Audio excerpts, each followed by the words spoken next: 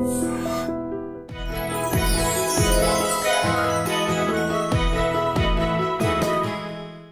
నమస్కారం and welcome to I dream special series next episode of queen. Queen అంటే మహారాణి అని అర్థం. కొంతమందిని చూస్తే నిజమైన ఆస్తి ఇదేనా అని మళ్ళీ మనకు ఒక ఆలోచన కలిగేలాగా ఉంటారు. ఎందుకంటే కోట్లు సంపాదించిన గొప్ప గొప్ప విజయాలు సాధించిన మహిళా మనులు కూడా ఒక పాయింట్ అయ్యాక మనం సంతృప్తిగా ప్రశాంతంగా ఉండడమే కదా నిజమైన ఆస్తి అని గ్రహించుకుంటారు. అది చాలా చిన్న వయసులోనే బహుశా గ్రహించుకుని బహుముఖ ప్రజ్ఞాశాలిగా తొలితరం యాంకర్గా ఇండస్ట్రీలోకి అడుగుపెట్టి ఒక ఇల్లాలిగా, తల్లిగా, వీటన్నిటితో పాటు ఒక అద్భుతమైన సంగీత దర్శకురాలిగా అండ్ గాయకురాలిగా, వీటన్నిటితో పాటు ఇంకా వ్యక్తిత్వ నిర్మాణంలో కీలక పాత్ర పోషిస్తూ అసలు ఒక చక్కటి తల్లి, ఒక చక్కని తల్లి అనిపించుకునే వ్యక్తి ఎవరంటే డాక్టర్ సరస్వతి ప్రదీప్ కొండిపర్తి. వారితో మాట్లాడబోతున్నాం. సరస్వతి గారంటే ప్రదీప్ గారి మిస్సెస్గా అందరికీ తెలుసు. వీళ్ళిద్దరిని చూస్తే అబ్బా ఏంటి లవ్ బర్డ్స్ అనిపిస్తుంది. ఇంతకీ వీళ్ళ పెళ్ళి ఎలా జరిగింది, ఆవిడ ప్రయాణం ఎలా మొదలైంది, ఎలా కొనసాగుతుంది, so much about life with doctor Saraswati. Saraswati గారు నమస్కారం. Thank you Swapna, thanks a lot. You actually genuinely look so content all the time. మీకు ఎప్పుడు మనసు కష్టం రాకూడదు, కానీ రాలేదు అని అనిపిస్తుంది. నిజమేనా? అది ఇంపాసిబుల్. అంతేనా? హ్యూమన్స్ అంటే ఉంటాయి, ఎమోషన్స్ ఉండకుండా ఎలా ఉంటాయి. కాకపోతే the way how we balance అనేది ఇంపార్టెంట్. మనుషులు అన్న తర్వాత ఎమోషన్స్ లేకపోతే అసలు మనిషే కాదు. అన్ని రకాల ఎమోషన్స్ ఉంటాయి. కోపం, సంతోషం, బాధ, దుఃఖం, ఎక్సైట్మెంట్ అన్నీ ఉంటాయి. కాకపోతే మన మెచ్యూరిటీ ఎక్కడ వస్తుందంటే how quickly we come back to normalcy. అన్నీ వస్తాయి. అన్నీ కాకపోతే మేము ఇద్దరము కూడా ఒకళ్ళకొకళ్ళు ఉన్నాం కాబట్టి we are able to balance that. మీరు ఫస్ట్లో మిమ్మల్ని చూసినప్పుడు అమ్మో ఇప్పుడు చాలా రిజర్వ్డ్ ఏమో అని అనిపించేవారు. నిజంగానే మీరు కొంచెం మితభాషే. అవును. ఎక్కువ గలగలా నవ్వేసి గట్టిగా చేసేది. ఈ వ్యక్తిత్వం మీకు ఇన్ఫ్లుయెన్స్ ఎక్కడి నుంచి వచ్చింది? చిన్నప్పటి నుంచి ఉంది. మాది చాలా కోజీ ఫ్యామిలీ. మా అమ్మ నాన్నగారు, మా నాన్నగారు బ్యాంకర్, మా మదర్ గృహిణి, ఇద్దరు తమ్ముళ్ళు, నేనే పెద్ద ఇంట్లో. కానీ మా ఇంట్లో అసలు ఏం డిఫరెన్స్ లేదు. అమ్మాయిలకి అబ్బాయిలకి అట్లా కూతురు కొడుకు అనే డిఫరెన్స్ లేదు. మా నాన్నగారు చాలా అంటే చాలా ఫార్వర్డ్, అడ్వాన్స్డ్. ఆయన చాలా కృషి చేశారు. బ్యాంకింగ్ రంగంలో ఆయన చాలా అంచెలంచెలుగా ఎదిగి, ఎందుకు చెప్తున్నానంటే అటువంటి ఒక అట్మాస్ఫియర్లో పెరిగాను నేను. ఒక పక్కన నాన్న అంటే భయం, భక్తి, అమ్మని చూసి అమ్మ పేషెన్స్, ఇవన్నీ కూడా నా మీద ఇన్ఫ్లుయెన్స్ చేసి ఉండొచ్చు. పైగానేమో మీరు అన్నట్టుగా నేను మొదటి నుంచి కొంచెం నాతో నేను అన్నట్టుగానే ఉన్నాను. ఉంటారు ఫ్రెండ్స్ ఉండేవాళ్ళు, సంగీతం, అన్ని చదువు అన్నీ ఉండేవి. కానీ అంత బయటికి గట్టిగా ఎక్స్ట్రావర్ట్గా లేనప్పుడు, కొంతవరకు ఇంట్రావర్ట్గానే ఉండేదాన్ని. చిన్నప్పుడు మీకు క్లియర్ విజన్ ఉండేది? ఎందుకంటే ఒక టైంలో అంత క్లారిటీ ఉండేది కాదు. పెద్ద ఏమవుతావు, ఏమవ్వాలని. ఏదో పాట ఇంట్లో నేర్చుకోవడం అందరికీ ఆనవాయితీ, చాలా మందికి అలా వచ్చేసి ఉంటుంది. బట్ మీరు అనుకుని సింగర్ అవుదామని పాట నేర్చుకున్నారా ఏమన్నా? నాకు నిజం చెప్పాలంటే నా గోల్ డాక్టర్ అవ్వాలని. అసలు ఎంత ఉండేదంటే మా చిన్నప్పుడు మా అత్తయ్య ఒకరు అడిగేవారు అనమాట, ఎప్పుడు నీకు తెల్లకోట నల్లకోట అని. అప్పట్లో అవే ఆప్షన్స్, ఇంకేం లేవు. లాయరా, డాక్టర్? తెల్లకోట అనేది అనమాట. అంత ఇష్టం, ఏంటో తెలియని ఫ్యాసినేషన్ డాక్టర్ అవ్వాలి అని. ఇంటర్మీడియట్ బైపీసీ తీసుకుని నానా కష్టాలు పడి ఎంసెట్లో రాక ఎంబీబీఎస్ అలాంటి అనుభవాలు అయినాయి. కాకపోతే బీడిఎస్లో వచ్చింది. అప్పట్లో డెంటల్కి మనకి పెద్ద అంత ఇంట్రెస్ట్ లేదు, దాని విలువ తెలియదు కాబట్టి తీసుకోలేదు. So I continued my studies. చదువు మాత్రం ఆపలేదు. ఎంఏ ఇంగ్లీష్ లిటరేచర్ చేశాను. చదువుకుంటున్నప్పుడు మ్యారేజ్ చేసేసారు. కానీ ఆ రోజుల్లో అంటే this was I think way back in the late 80s. And అప్పట్లో మీరు ఎంఏ ఇంగ్లీష్ లిటరేచర్ చేయడం కూడా పెద్ద విశేషమే. చాలా లిబరల్ ఫ్యామిలీ అయి ఉంటుంది మీద అనిపిస్తుంది. మా నాన్నగారు he himself was very educated. అవును, సెల్ఫ్ మేడ్ పర్సన్. మీ పెళ్ళి ప్రదీప్ గారితో అవడం అన్నది మీ ఇద్దరిది లవ్ మ్యారేజ్ అని మేము అందరం వాదించుకుంటాం. అవునా? కాదా? Marriage love. అంతేనా? అంతే. అది ఆ మ్యారేజ్ లవే ఏమిటో తెలుసుకోవాలనిపిస్తుంది. ఎందుకంటే అందరూ పెళ్ళయ్యాక ఏదో అయిపోతుంది లైఫ్, అలా అయిపోతుంది, ఇలా అయిపోతుంది అని జోకులు సగం. పెళ్లి మీద చాలా జోకులు ఉన్నాయి మీకు తెలుసు. ఇప్పుడు మరీ ఎక్కువైనాయి. అదే ఈ మధ్యకాలంలో చాలా ఎక్కువైపోయినాయి. ప్రదీప్ గారు మీరు ఆయన కలిసినప్పుడే he was TV star, cinema star కదా. హీ వాజ్ ఆల్రెడీ 3 సినిమాల్లో యాక్ట్ చేసి వెనక్కి వచ్చి చార్టెడ్ అకౌంటెన్సీ చేసి ఫస్ట్ సీరియల్ ప్రొడ్యూస్ చేసి డైరెక్ట్ చేసిన వ్యక్తి ఆయన అప్పటికే. సో ఆయన ప్రొఫైల్ మీ దగ్గరకు వచ్చినప్పుడు ఏమనుకున్నారు? అదే కదా గమ్మత్తైన విషయం ఏంటంటే, మీరు ఇందాక అడిగారు ఇంట్లో ముందు నుంచి క్లియర్ విజన్ అంటే చదువు బాగా గోల్ ఉండేది, ఐఏఎస్ చదవాలి, ఐఏఎస్ అటెంప్ట్ చేయాలని ఉండేది ఇంగ్లీష్ చేస్తున్నప్పుడు. అండ్ సంగీతం అనేది చిన్నప్పటి నుంచి 10th క్లాస్ నుంచే ఇష్టం కాబట్టి ఒక వీణ బాగా ఇష్టం ఉండేది. మండా వనజ గారు అని ఉండేవారు, విజువల్లీ ఛాలెంజ్డ్ టీచర్ గారు. ఆవిడ దగ్గర మొదలుపెట్టి అది కంటిన్యూగా చాలామంది 3-4 టీచర్ల దగ్గర నేను కంటిన్యూ చేసుకున్నాను. అయితే చదువు మాత్రం కంటిన్యూస్గా ఏదైనా చేయాలి. ఎంఏ చేసేటప్పుడు ఒక పిహెచ్డి చేయాలి, డాక్టరేట్ చేయాలి అని ఉండేది, ఐఏఎస్కి అటెంప్ట్ చేయాలని ఉండేది. ఎప్పుడు నా ఆలోచన అంతా అటువైపు ఉండేది. ఈవెన్ మా ఫాదర్ కూడా చదువుకుంటున్న అమ్మాయి ఇంట్లో ఒకతే కూతురు ఫలానా. మా నాన్నగారు చాలా పేరున్న వ్యక్తి. ఆయన SBHలో 2 సార్లు కూడా కన్సిక్యూటివ్ ఇయర్స్లో డైరెక్టర్ ఆన్ ద బోర్డ్గా చేశారు. All India bank officers association సెక్రటరీగా చేశారు. ఇప్పటికీ మీరు SBIలో మర్జ్ అయిపోయినా ఎక్కడ ఏ మారుమూల బ్యాంకులో అడిగినా ఆయన పేరు చాలా ఫెమిలియర్. డాక్టర్ అనంతకృష్ణ అని. డాక్టర్ అయినా ఆఫ్టర్ రిటైర్మెంట్ అయిన తర్వాత PhD చేశారు సంస్కృతంలో. సో అంత లెర్నెడ్ పర్సన్ ఆయన బ్యాంక్లో ఉన్నప్పుడే బ్యాంకింగ్లో ఉండే CIIB అంతా చేశారు, MA ఇంగ్లీష్ చేశారు. ఆయన చెయ్యనిది లేదు. కంప్యూటర్ అప్లికేషన్స్ అంటే ఎప్పటికప్పుడు నేర్చుకోవాలి, ఏదో ఒకటి ఎదగాలి, తెలుసుకోవాలి, కొత్త నెక్స్ట్ ఈ తరం వాళ్ళతో కనెక్ట్ అవ్వాలి. ఆయనకున్నదే నాకు వచ్చింది. సో నేను కూడా ఎప్పటికప్పుడు అప్గ్రేడ్ చేసుకున్నాను. మీరు అడిగిన ప్రశ్న, నేను MA ఫైనల్ ఇయర్లో ఉన్నప్పుడు there was no thought of marriage and all. మా 2-3 మామూలుగా మీ అమ్మాయి ఉంది కదా అని అడిగితే మా అమ్మాయికి ఇప్పుడే చెయ్యము, చదువుకుంటుంది, ఇలాంటివన్నీ ఉంటాయి కదా. మరి సమ్ము ఉంటుంది.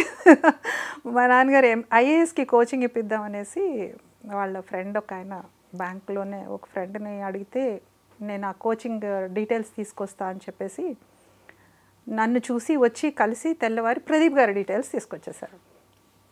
I was in the mid of my second year MA చదువుకుంటున్నాను.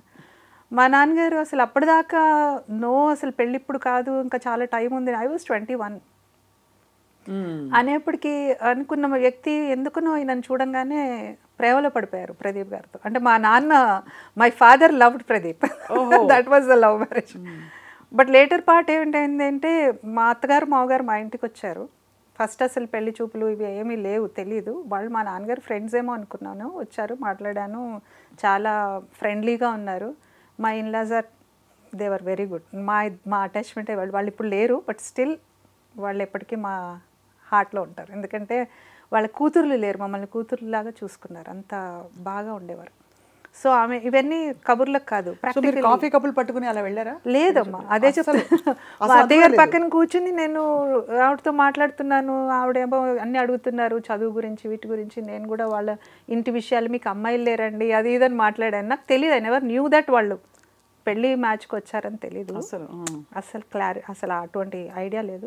పాట పాడారా? తర్వాత లేదు తర్వాత ప్రాపర్ పెళ్లి చూపులు అయినాయి. ఇది నేను జస్ట్ ప్రీ మ్యారేజ్ పెళ్లి చూపులు అదే కదా. వచ్చారు, అక్కడ పెయింటింగ్స్ చూసారు. నేను బాగా ఫైన్ ఆర్ట్స్లో బాగా ఇంట్రెస్ట్ ఉండేది, ఏదో పెయింటింగ్స్, తర్వాత ఈ సంగీతం ఇవన్నీ ఉండేవి. నా పెయింటింగ్ చూసారు, అప్రిషియేట్ చేశారు, అంతా బాగా మాట్లాడారు. తర్వాత కట్ చేస్తే మా నాన్నగారు చెప్పారనమాట. అప్పుడు కూడా తెలియదండి ఈయన ఒక ఫిల్మ్ హీరో, అట్లా ఏం క్లారిటీ లేదు. నేను ఎంతసేపు ఏదో టీవీ ఆర్టిస్ట్, CA చేశారు అని మాత్రమే ఎక్కింది మైండ్కి, అంతకన్నా ఎక్కువ ఎక్కలేదు, మనకంత క్లారిటీ లేదు. సో నాకు ఆ పెళ్లి చూపులు తతంగం కూడా ఇష్టం లేదు. చాలా ఒక రకమైన అజిటేటింగ్గా ఉండేదాన్ని. ఇవన్నీ మనకి ఇష్టం లేదు, కన్వెన్షనల్గా అవన్నీ ఇష్టం ఉండే. అప్పట్లో మన మహిళా సభలో చదివినప్పుడు ఇది వేరు కదా, గ్యాంగ్, విమెన్ గ్యాంగ్, మాటలు, కబుర్లు, చర్చలు, ఇవన్నీ. But still had to go through that.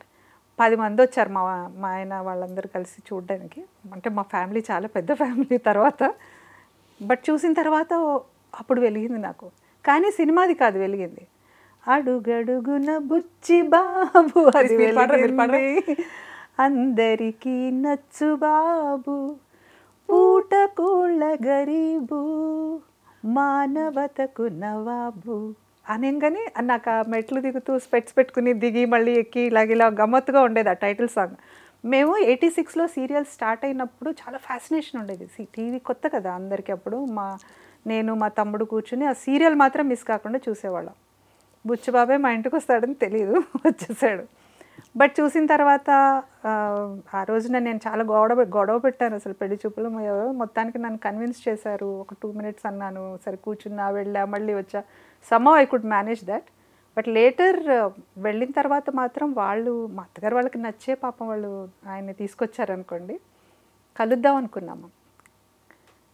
సరే హెసిటేటింగ్గా కలిసాము. April 1st ఇద్దరం ఫూల్స్ చేసుకున్నాం ఒకళ్ళకొకళ్ళు పెళ్లి చూపులు.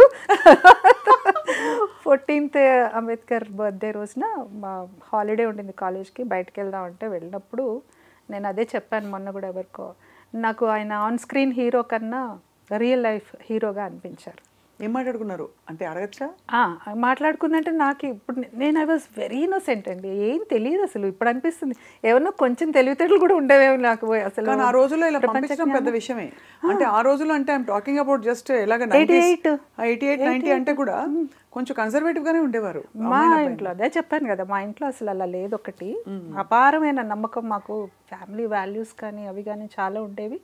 ప్లస్ ఏంటి, మేము ఎలా తిరిగాము మామూలుగా కాదు. మీరు లవ్ మ్యారేజ్ అంటారు కదా, 3 నెలలు 6 నెలలు కలిసి తిరిగి పెళ్లి చేసుకున్నారు, కలుసుకున్న తర్వాత తిరిగాము, అంతే తేడా, అంతే తేడా. బట్ ఇక్కడ అండర్స్టాండ్ ఇచ్చేది. నాకు అసలు స్క్రీన్ కానీ సినిమా ఫీల్డ్ కానీ షూటింగ్స్ కానీ ఎటువంటి నాలెడ్జ్ లేదు కదా, నాకేం తెలియదు. He use to tell me so many things like ఇలా ఉంటుంది అలా ఉంటుందని చెప్పేవారు. నేను అలా చూస్తూ ఉండేది, వినేదాన్ని. బట్ ఆయన approach to life, the way he respects women, మానవత్వం అంటే పక్క వాళ్ళ పట్ల ఒక కంపాషన్, ముఖ్యంగా తల్లిదండ్రుల పట్ల గౌరవం చాలా బాగా నచ్చింది. మేమిద్దరం ఆ రోజు, మీరు నమ్మరు, 88లో మేమిద్దరం అనుకుంది, వన్స్ పెళ్ళి అయింది అంటే మనకి 2 sets ఆఫ్ పేరెంట్స్ ఉన్నారు అని అర్థం. 2 sets ఆఫ్ పేరెంట్స్. ఇంకక్కడితో అయిపోయింది కదండి, ప్రాబ్లమే ఉంది ఇంకా అస్సలు. అదే కదా, అటువంటి అండర్స్టాండింగ్తో మేము జీవితం స్టార్ట్ చేసాం. అక్కడ బీజం పడింది.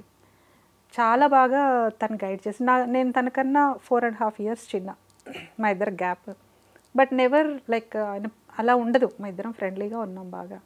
జర్నీ అలా మొదలైపోయింది. అంటే ఇప్పుడు సార్కి డెఫినెట్లీ 42 ఉండుంటాయి. ఇప్పుడు అంటారా? మీరు చాలా ఎక్కువ చెప్పేస్తున్నారు. 30+. We are always 30+. అలాగే అనిపిస్తారు ఇద్దరు.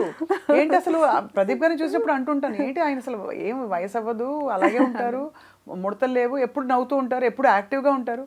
మీరైతే యువర్ ఆల్వేజ్ అసలు ఎక్కడా నేను ఫోటోగ్రాఫ్ లాగే ఉంటారు. అయ్యో. సో అప్పుడు పెళ్ళయింది మీది. But how did you get introduce to anchoring? అసలు it was also most unexpected. అసలు అది కూడా అనుకోలేదు. నేను చదువు కంటిన్యూ చేశాను. 88లో నేను ఫైనల్ ఇయర్ కదా, ఆఫ్టర్ మ్యారేజ్ నేను కంటిన్యూ చేసి ఫైనల్ ఇయర్ ఎగ్జామ్స్ రాసి యూనివర్సిటీలో కూడా నాకు ర్యాంక్ వచ్చింది. అప్పుడు అంత బాగా ఎంకరేజ్ చేశారు నన్ను. ఆఫ్టర్ ఎంఏ ఇమీడియట్గా నేను సిఫిల్లో కూడా చేరాను. నాకు సీట్ వచ్చింది. అక్కడ కూడా ఆల్ ఇండియా లెవెల్లో ఎంట్రన్స్లో టాప్ చేశాను. అక్కడ కూడా నాకు ఒక ఫస్ట్ సెమిస్టరే ఆయన ఫీజు కట్టారు, సెకండ్ సెమిస్టర్ మెరిట్ స్కాలర్షిప్. అది కూడా చెప్తూ ఉంటాను ఇవాళకి కూడా. అంత చదువుకున్నాను. Immediately after like Niharika was my daughter. తను 1 year 1.5 year అప్పటికి 90 వచ్చేప్పటికి 1 year కూడా లేదు. 89లో పుట్టింది తను. సో అప్పుడు నాకు కాలేజ్లో మన జాబ్ వచ్చింది, ప్లేస్మెంట్ వచ్చింది జూనియర్ కాలేజ్లో. అదే టైంలో దూరదర్శన్లో ఆపర్చునిటీ ఎలా వచ్చిందంటే, ఈయన సంధ్యారాగంలో శంఖారావు అని ఒక టెలిఫిల్మ్ ప్రజ్ఞ హీరోయిన్ తను చేశారు కదా. నేను బిగ్ ఫ్యాన్ ఆఫ్ హర్. అప్పట్లో నాకు ఎంత ఇష్టం ఉండేదో తనంటే. సో ఆ టెలిఫిల్మ్ జంధ్యాల గారు డైరెక్ట్ చేశారు కదా, దానికి ప్రొడ్యూసర్గా నా పేరు పెట్టారు, నా పేరు ఉండింది. సో ఆ దానిలో నన్ను దూరదర్శన్కి తీసుకెళ్లారు, అకౌంట్స్ డిపార్ట్మెంట్లో ఏదో సైన్ చేయాలనేసి. అప్పుడు మన శైలజ సుమన్ గారు ఉన్నారు అక్కడ, ప్రోగ్రామ్ ప్రొడ్యూసర్ మేడం తెలుసు కదా, ఆవిడ ఉన్నారు. ఆవిడ నన్ను చూసి సరస్వతితో ఎందుకు యాంకరింగ్ చేయించకూడదు అన్నారు. అసలు యాంకరింగ్ అనే పదమే కొత్త. అప్పుడు మన అనౌన్సర్స్ ఉండేవారు కదా, విజయదుర్గ గారు, రోజారాణి గారు, శైలజ సుమన్ గారు, ప్రేమ మాన్వి గారు, ఎంత పెద్ద పెద్ద అనౌన్సర్స్ ఉండేవాళ్ళు. అండ్ లైవ్లో వాళ్ళు చెప్పేవాళ్ళు. ఇప్పట్లాగా క్యాప్స్లింగ్ కూడా లేదు కదా. రోజారాణి గారును ప్లస్ విజయదుర్గ గారు అంటే సెన్సేషన్. అప్పుడు సెన్సేషన్ అండి. ఇవాళ ఎవరు వస్తారని చూసేవాళ్ళం టీవీలో. వాళ్ళ మాడ్యులేషన్ వాళ్ళు చెప్తూ ఉంటే అలాంటిది నేను ఎప్పుడు నేను ముందు నుంచి చూస్తున్న వాళ్ళని, ఎప్పటి నుంచో. అట్లాంటిది నేను వెళ్ళి వాళ్ళతోని డైరెక్ట్గా, అంటే అప్పుడు కూడా నాకేం తెలియలేదు. ఆవిడ చెప్పారు, ఓకే ఈయనన్నారు మీ ఇష్టం చేస్తుంది అన్నారు. ఏమిటి వీళ్ళిద్దరు నా గురించి ఏం మాట్లాడుకుంటున్నారు నాకేం తెలియలేదు. అని వచ్చే సండే వచ్చేసే అన్నారు. ఆవిడ అలాగే మాట్లాడితే వచ్చేసే సరస్వతి అని. నేను ఎక్కడ ఇంటర్వ్యూ అయినా ఫస్ట్ ఆవిడని నేను నమస్కారం చెప్పుకుంటాను. ఎందుకంటే she is the person who introduced me to the small screen first. ఆవిడ ఐడెంటిఫై చేశారు నన్ను. ఫస్ట్ డేనే నాకు సుమాంజలి అనే ప్రోగ్రామ్ ద్వారా నేను ఎంటర్ అయ్యాను. ఈ వారం నుంచి వచ్చే వారం దాకా ప్రోగ్రామ్ వివరాలు ఎంత డీటెయిల్డ్గా మొత్తం అన్ని తారాగణం, నటీనటుల, దర్శకులు, సంగీతం అనుకుంటూ మొత్తం చెప్పాల్సింది. రాత్రి 7 గంటలకు వచ్చేదండి అనుకుంటా, గుర్తు రావట్లేదు అసలు నాకు. మొన్నటి నుంచి ట్రై చేస్తున్నాను. ఫస్ట్ సుమాంజలి దానికి సిగ్నేచర్ ట్యూన్ కూడా ఉండేది. చాలా అంటే చాలా హిట్ అయింది ఆ ప్రోగ్రామ్ కూడా. అంటే చూసేవాళ్ళు వారం అంతా ఏమొస్తుంది అని చూసేవాళ్ళు. First day first take okay అయింది. మనకి ఏమీ తెలియదు. అంత హ్యూజ్ స్టూడియో దూరదర్శన్ది, అంత పెద్ద కెమెరాలు, అంతా చీకటి. నేను ఉన్నంత వరకే ఇక్కడ లైట్ ఉండింది. ఇక్కడ ఎవరున్నారు పీసీఆర్ అంటే తెలీదు. ఆవిడ పీసీఆర్ నుంచి మాట్లాడుతున్నారు. మేడం ఎక్కడున్నారో అని వెతుక్కుంటున్నాను, తెలియలేదు.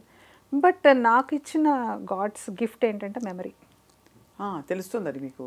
అది నాకు ఇప్పుడు ఈ రోజున మీరు నాకు ఒక 20 పేజీల స్క్రిప్ట్ ఇచ్చినా 10 నిమిషాల్లో నేను మీకు చక్కగా చేయగలను. అంత అదైతే నాకు ఒక వరం. అది నేను ఎప్పుడు చెప్తూ ఉంటాను. పేరేంటి చెప్పండి. ఏంటి పేరు? నా పేరు గుర్తుంది, సరస్వతి. అలాగే ఉండాలి కదా. అలా అని కాదు, బట్ అదొక ఎందుకో తెలియదు మొదటి నుంచి. ఒక 20 మంది నాకు నేను మోడరేటర్గా ఉన్నప్పుడు కూడా వాళ్ళందరి పేర్లు మళ్ళీ నేను ఒక్కసారి తెలుసుకుని చెప్పేదాన్ని. అదొక ప్రాక్టీస్ అయిపోయిందో ఐ డోంట్ నో. బట్ మొత్తానికైతే నాకు అది అక్కడే పడింది. అది కూడా దూరదర్శన్లో. ప్రాంప్టర్ ఉండేది కాదు. ఆవిడొచ్చి చాలా మెచ్చుకున్నారు. ఫస్ట్ కట్ ఓకే అయిందమ్మా, నీకు మంచి భవిష్యత్తు ఉందని చెప్పారు. I felt happy. ఆయన ప్రదీప్ గారు నన్ను వదిలేసి వెళ్ళిపోయారు బయట. సముద్రంలోకి వదిలితే ఒక ఈత నేర్చుకున్నట్టు నేర్చుకున్నాను. ఆయన మళ్ళీ నన్ను పికప్ చేసుకున్నప్పుడు అడిగారు, హౌ వాజ్ యువర్ ఎక్స్పీరియన్స్ అని. నాకేం తెలియలేదు. అక్కడ ఏదో నల్లగా ఒక బ్లాక్ హోల్ కనిపించింది, అందులో చూసి మొత్తం చెప్పేసా అన్నాను. అదే కాన్సన్ట్రేషన్ తల్లి, ఏకాగ్రత, అది మెయింటైన్ చేసి చాలు, you have a very bright future అని చెప్పారు. ఇద్దరి బ్లెస్సింగ్స్తోని మొదలుపెట్టాను. ఇటేమో మార్నింగ్ హాఫ్ లెక్చరర్ జాబ్, 2 o'clockకి రావడం, మళ్ళీ 3:30 కల్లా దూరదర్శన్లో మనకి మొదలైపోయేవి. లైవ్ కదా, అనౌన్స్మెంట్స్ చెప్పేదాన్ని. లైవ్ అనౌన్స్మెంట్స్, మా తర్వాత సుమాంజలి అన్నీ చేశాను. లైవ్ కూడా చెప్పారు. మొదటి నుంచి లైవ్ అనౌన్స్మెంట్స్ మొదలు. అసలు చాలా కష్టం కదండి. చాలా కష్టం, చాలా కష్టం. అప్పటి నుంచి నేను నేషనల్ నెట్వర్క్ స్టార్ట్ అయ్యేదాకా అక్కడ ఉండేవాళ్ళం. 3 o'clock to 8కి స్టార్ట్ అయ్యి అప్పటిదాకా ఉండేవాళ్ళం. అట్లా 4 years తర్వాత ఈటీవీ వచ్చిన తర్వాత ఇటు లాగేశారు. మళ్ళీ దూరదర్శన్కి చేశాను, ఇటు ఈటీవీకి అయితే ఇంకా ఎంప్లాయీ అనుకున్నారు. ఆల్మోస్ట్ అన్నీ చేశాను. అన్ని టీవీలు, ఇంకా మా టీవీ అన్ని టీవీలతోనే అనుబంధం ఉంది. అవును. కానీ చెక్కు చెదరకుండా అలా మీ కెరియర్ కొనసాగిస్తూ మీరు అంటే మీ పాట ఎక్కడ ఉపయోగం చేశారు మీరు? అంటే ఎక్కడ వాడుకోగలిగారు మీరు? మీ పాట అంటే బేసిక్గా నిజంగా పాట అంటే ప్రాణం ఉండేది. చిన్నప్పుడు మనకి ఇప్పట్లాగా యాప్స్ లేవు, యూట్యూబ్ లేవు, ఏమీ లేవు. మాకు ఫోన్ లేదు, ఏం లేదు. రేడియోలో చిత్తరంజన్ గారి పాట పాడి నేర్పిస్తుంటే ఇక్కడ రాసుకుని నేర్చుకునేవాళ్ళం. అంత పిచ్చి ఉండేది పాట అంటే. అవే కాకుండా ఇప్పుడు టీవీ మొదలైన తర్వాత లలిత సంగీతం అని వస్తూ ఉండేది మనకి. అప్పుడప్పుడు వీళ్ళు పాటలు పాడుతుంటే అవి చూసి నేర్చుకునేవాళ్ళం. సినిమా పాటలు అన్నీ. తర్వాత భజన్ మండలి అని మీ ఒక దీది ఉండేవారు. ఆవిడ నేర్పిస్తుంటే మేము నేర్చుకుని కృష్ణ దీది అని అక్కడ ఏదో కొన్ని కాంపిటీషన్స్లో పాడేవాళ్ళం. పెళ్ళి అయిన తర్వాత పాట పాడటానికి సీరియల్స్లో పాడటం అట్లాంటివి అయితే ఎప్పుడు వెంచర్ చేయలేదు. బట్ కొంతకాలం తర్వాత మాత్రం మా సీరియల్స్కే నేను మ్యూజిక్ డైరెక్షన్ చేసుకున్నాను. ఈయన ఒక రియాలిటీ షో చేశారు అప్పట్లోనే, నాతో ప్రయాణం అనేసి. దానికి ఒక పాట నేనే రాసేసి ట్యూన్ చేశాను. ఒకసారి పాడితే మీకు గుర్తురాలేదు. ఆకాశంలో ఎగిరే పక్షుల్లా, నీటిలో నా ఇదే చేపల్లా, ఆకాశంలో ఎగిరే పక్షుల్లా, నీటిలో నా ఇదే చేపల్లా, సాగిస్తావా నాతో ప్రయాణం, చేసేస్తావా నాతో ప్రయాణం. ఆ పాట టాటా గ్రాండే వాళ్ళు ఎవరో వచ్చారు, అది దాన్ని కూడా కలుపుకుని పాట చేసాం అనమాట. అది అట్లా టైటిల్ సాంగ్. చాలా క్యాచీగా మీకు అంటే. కానీ ఒక్కటి చెప్తాను సరస్వతి గారు, ఎక్కువ పనులు వస్తే కూడా పెద్ద కష్టం కదా. కష్టమే. మీకు సంగీతం వచ్చు, మాట వచ్చు, ఏం మంచి ఇంగ్లీష్ వచ్చు, ఏం లెక్చరర్ కూడా చేస్తున్నారు అక్కడ. అంటే being multifaceted, you don't know what to take up as your core. అది నేను యాంకరింగే ప్రిఫర్ చేశాను. అదే ఇష్టపడడానికి యాంకరింగ్ అంటే లెక్చరర్ జాబ్ చేస్తున్నప్పుడు అటోకాల్ ఇటోకాల్తో చేస్తున్న టైంలో ఇంత పాట నేను ఇప్పుడు ఈ గొంతు నథింగ్, నాది చాలా హై పిచ్లో పాడేదాన్ని ఒకప్పుడు. ఆ లెక్చరర్ జాబ్ చేస్తున్నప్పుడు నా వాయిస్ ఎఫెక్ట్ అయిపోయింది బాగా. ఆ చాక్ పౌడరు వాటితో పడలేదు, సమో నా వాయిస్ అంతా పాడైపోయింది. ఈవెన్ ఈఎన్టీ స్పెషలిస్ట్ కూడా మీరు better don't strain your voice అని చెప్పారు. ఈయన ఒకరోజు నన్ను పికప్ చేసుకోవడానికి వచ్చి 90 మంది బాయ్స్కి నేను టీచ్ చేసేదాన్ని జూనియర్ కాలేజ్లో, దట్టు అగర్వాల్స్ హిందీ వాళ్ళ కోసం నేను హిందీ నేర్చుకుని ఇంగ్లీష్ పాఠాన్ని హిందీలోకి చెప్పి నేను చాలా ఎన్నో జిమ్మిక్కులు చేశాను లైఫ్లో. అయిపోయింది. అక్కడ చూసి అన్నారు, నువ్వు కెమెరా ముందర మాట్లాడితే లక్షల మందిని రీచ్ అవుతావు, ఎందుకు నీ గొంతు స్ట్రెయిన్ చేసుకుంటావు అన్నారు. కరెక్టే కదా, it was only a temporary job, అదేం పర్మనెంట్ కాదు. సో నేను ఐ టుక్ ఏ డెసిషన్, వచ్చినందుకు నాకు మీరు నమ్మరు Swapna, every alternate day I'm associated with camera. ముందు నుంచా వెనక నుంచా పక్కన స్క్రిప్టా డబ్బింగా ఏదైనా స్క్రీన్కి నేను అటాచ్ అయి ఉన్నా అప్పటి నుంచి. This been 35 years. మా మ్యారేజ్ అయ్యే 36 years, 35 years నుంచి నేను అసోసియేట్ అయి ఉన్నా. అంత రిగరస్. మా తర్వాత మా మ్యూజిక్ టీచర్ అనేవారు, నీకు పాట కచేరీ కన్నా మాట కచేరీ ఎక్కువైపోయింది, గొంతు పోయిందని చెప్పి. సో తక్కువ అయిపోయింది పాట. కాకపోతే ఇంకా నా పిల్లలు చాలా అద్భుతంగా పాడతారు, అందుకని ఐఎమ్ వెరీ హ్యాపీ. పర్వాలేదు, వాళ్ళు పాడుతున్నారు కదా, వాళ్ళు ఎక్సెల్ అవుతున్నారు అనేసి హ్యాపీగా అనిపిస్తుంది. గొడవపడ్డారా మీరు ప్రదీప్ గారు ఎప్పుడైనా? చాలాసార్లు. ఎందుకు గొడవపడం, ఎన్నో విషయాలు గొడవపడతాం. మీరు గొడవపడే టైప్లా కనిపించరు. గొడవ పడటం అంటే సరదాగా అంటున్నాను. ఎప్పుడు మా ఇద్దరికి అభిప్రాయ భేదాలు చాలా తక్కువ అసలు నెగ్లిజిబుల్ అని. ఎవరు గివిన్ చేస్తారు? ఏది అంటే ఏదైనా ఒకటి, ఏదైనా అంటే మా ఇప్పుడు ఈ నెల లోన్ తీసుకుని ఆ కార్ కొనాలా వద్దా, లేకపోతే ఆ బైక్ కొనాలా వద్దా, ఇప్పుడు ఎందుకండి ఈ ఖర్చు, కావాలి, అలాంటివి లేవు. అంటే ఫార్చునేట్లీ ఏమైందంటే మా ఇద్దరికి కూడా నేను జాబ్ టేకప్ చేయలేదు ఎప్పుడు. యాంకరింగ్ చేస్తూ వచ్చాను.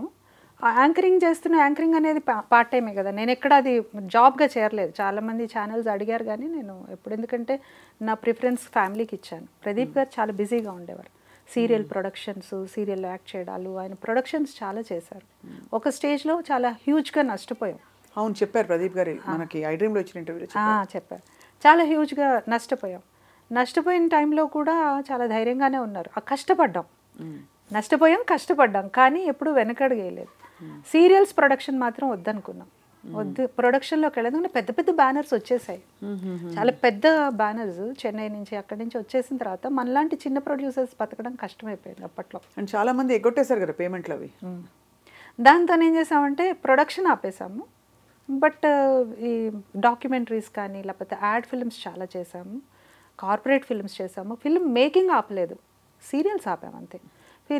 అందులో ఏమైందంటే నేను కూడా స్క్రిప్ట్ రైటింగ్ కానీ, మ్యూజిక్ కంపోజ్ చేయడం కానీ, వాయిస్ ఓవర్లు ఇవ్వడం కానీ, ఐఎమ్ ఆల్సో అసోసియేటెడ్.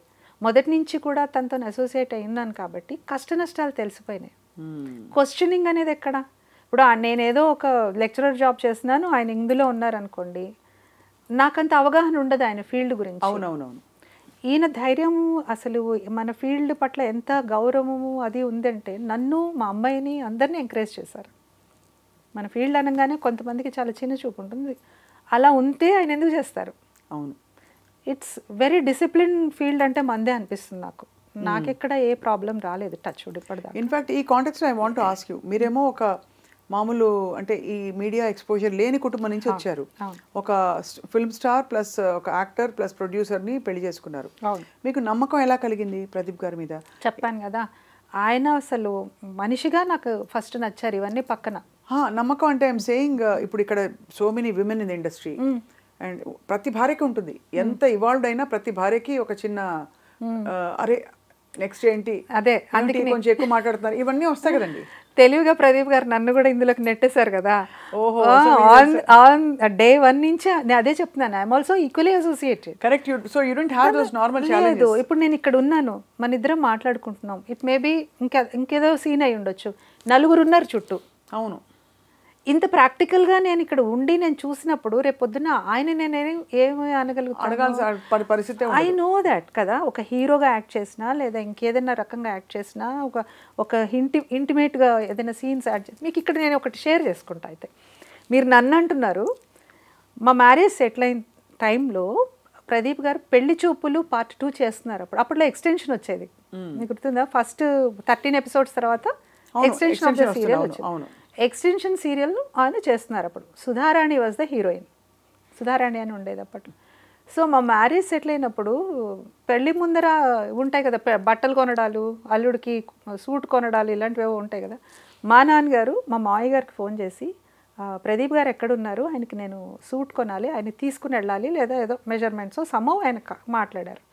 అంటే మీ ఇంటికి దగ్గరలోనే, అప్పుడు మేము ఇక్కడ ఉస్మానియా యూనివర్సిటీ దగ్గర ఉండేవాళ్ళం. నల్లకుంటలో ఎక్కడో ఒక దీక్షితులు గారని వాళ్ళ ఇంట్లో షూటింగ్ చేస్తున్నారు, దీక్షిత్ గారని ఉండే, అక్కడే ఉన్నారండి చెప్పారు. ఇక్కడ మా నాన్నగారు మా తమ్ముడు ఇద్దరు వెళ్ళారు.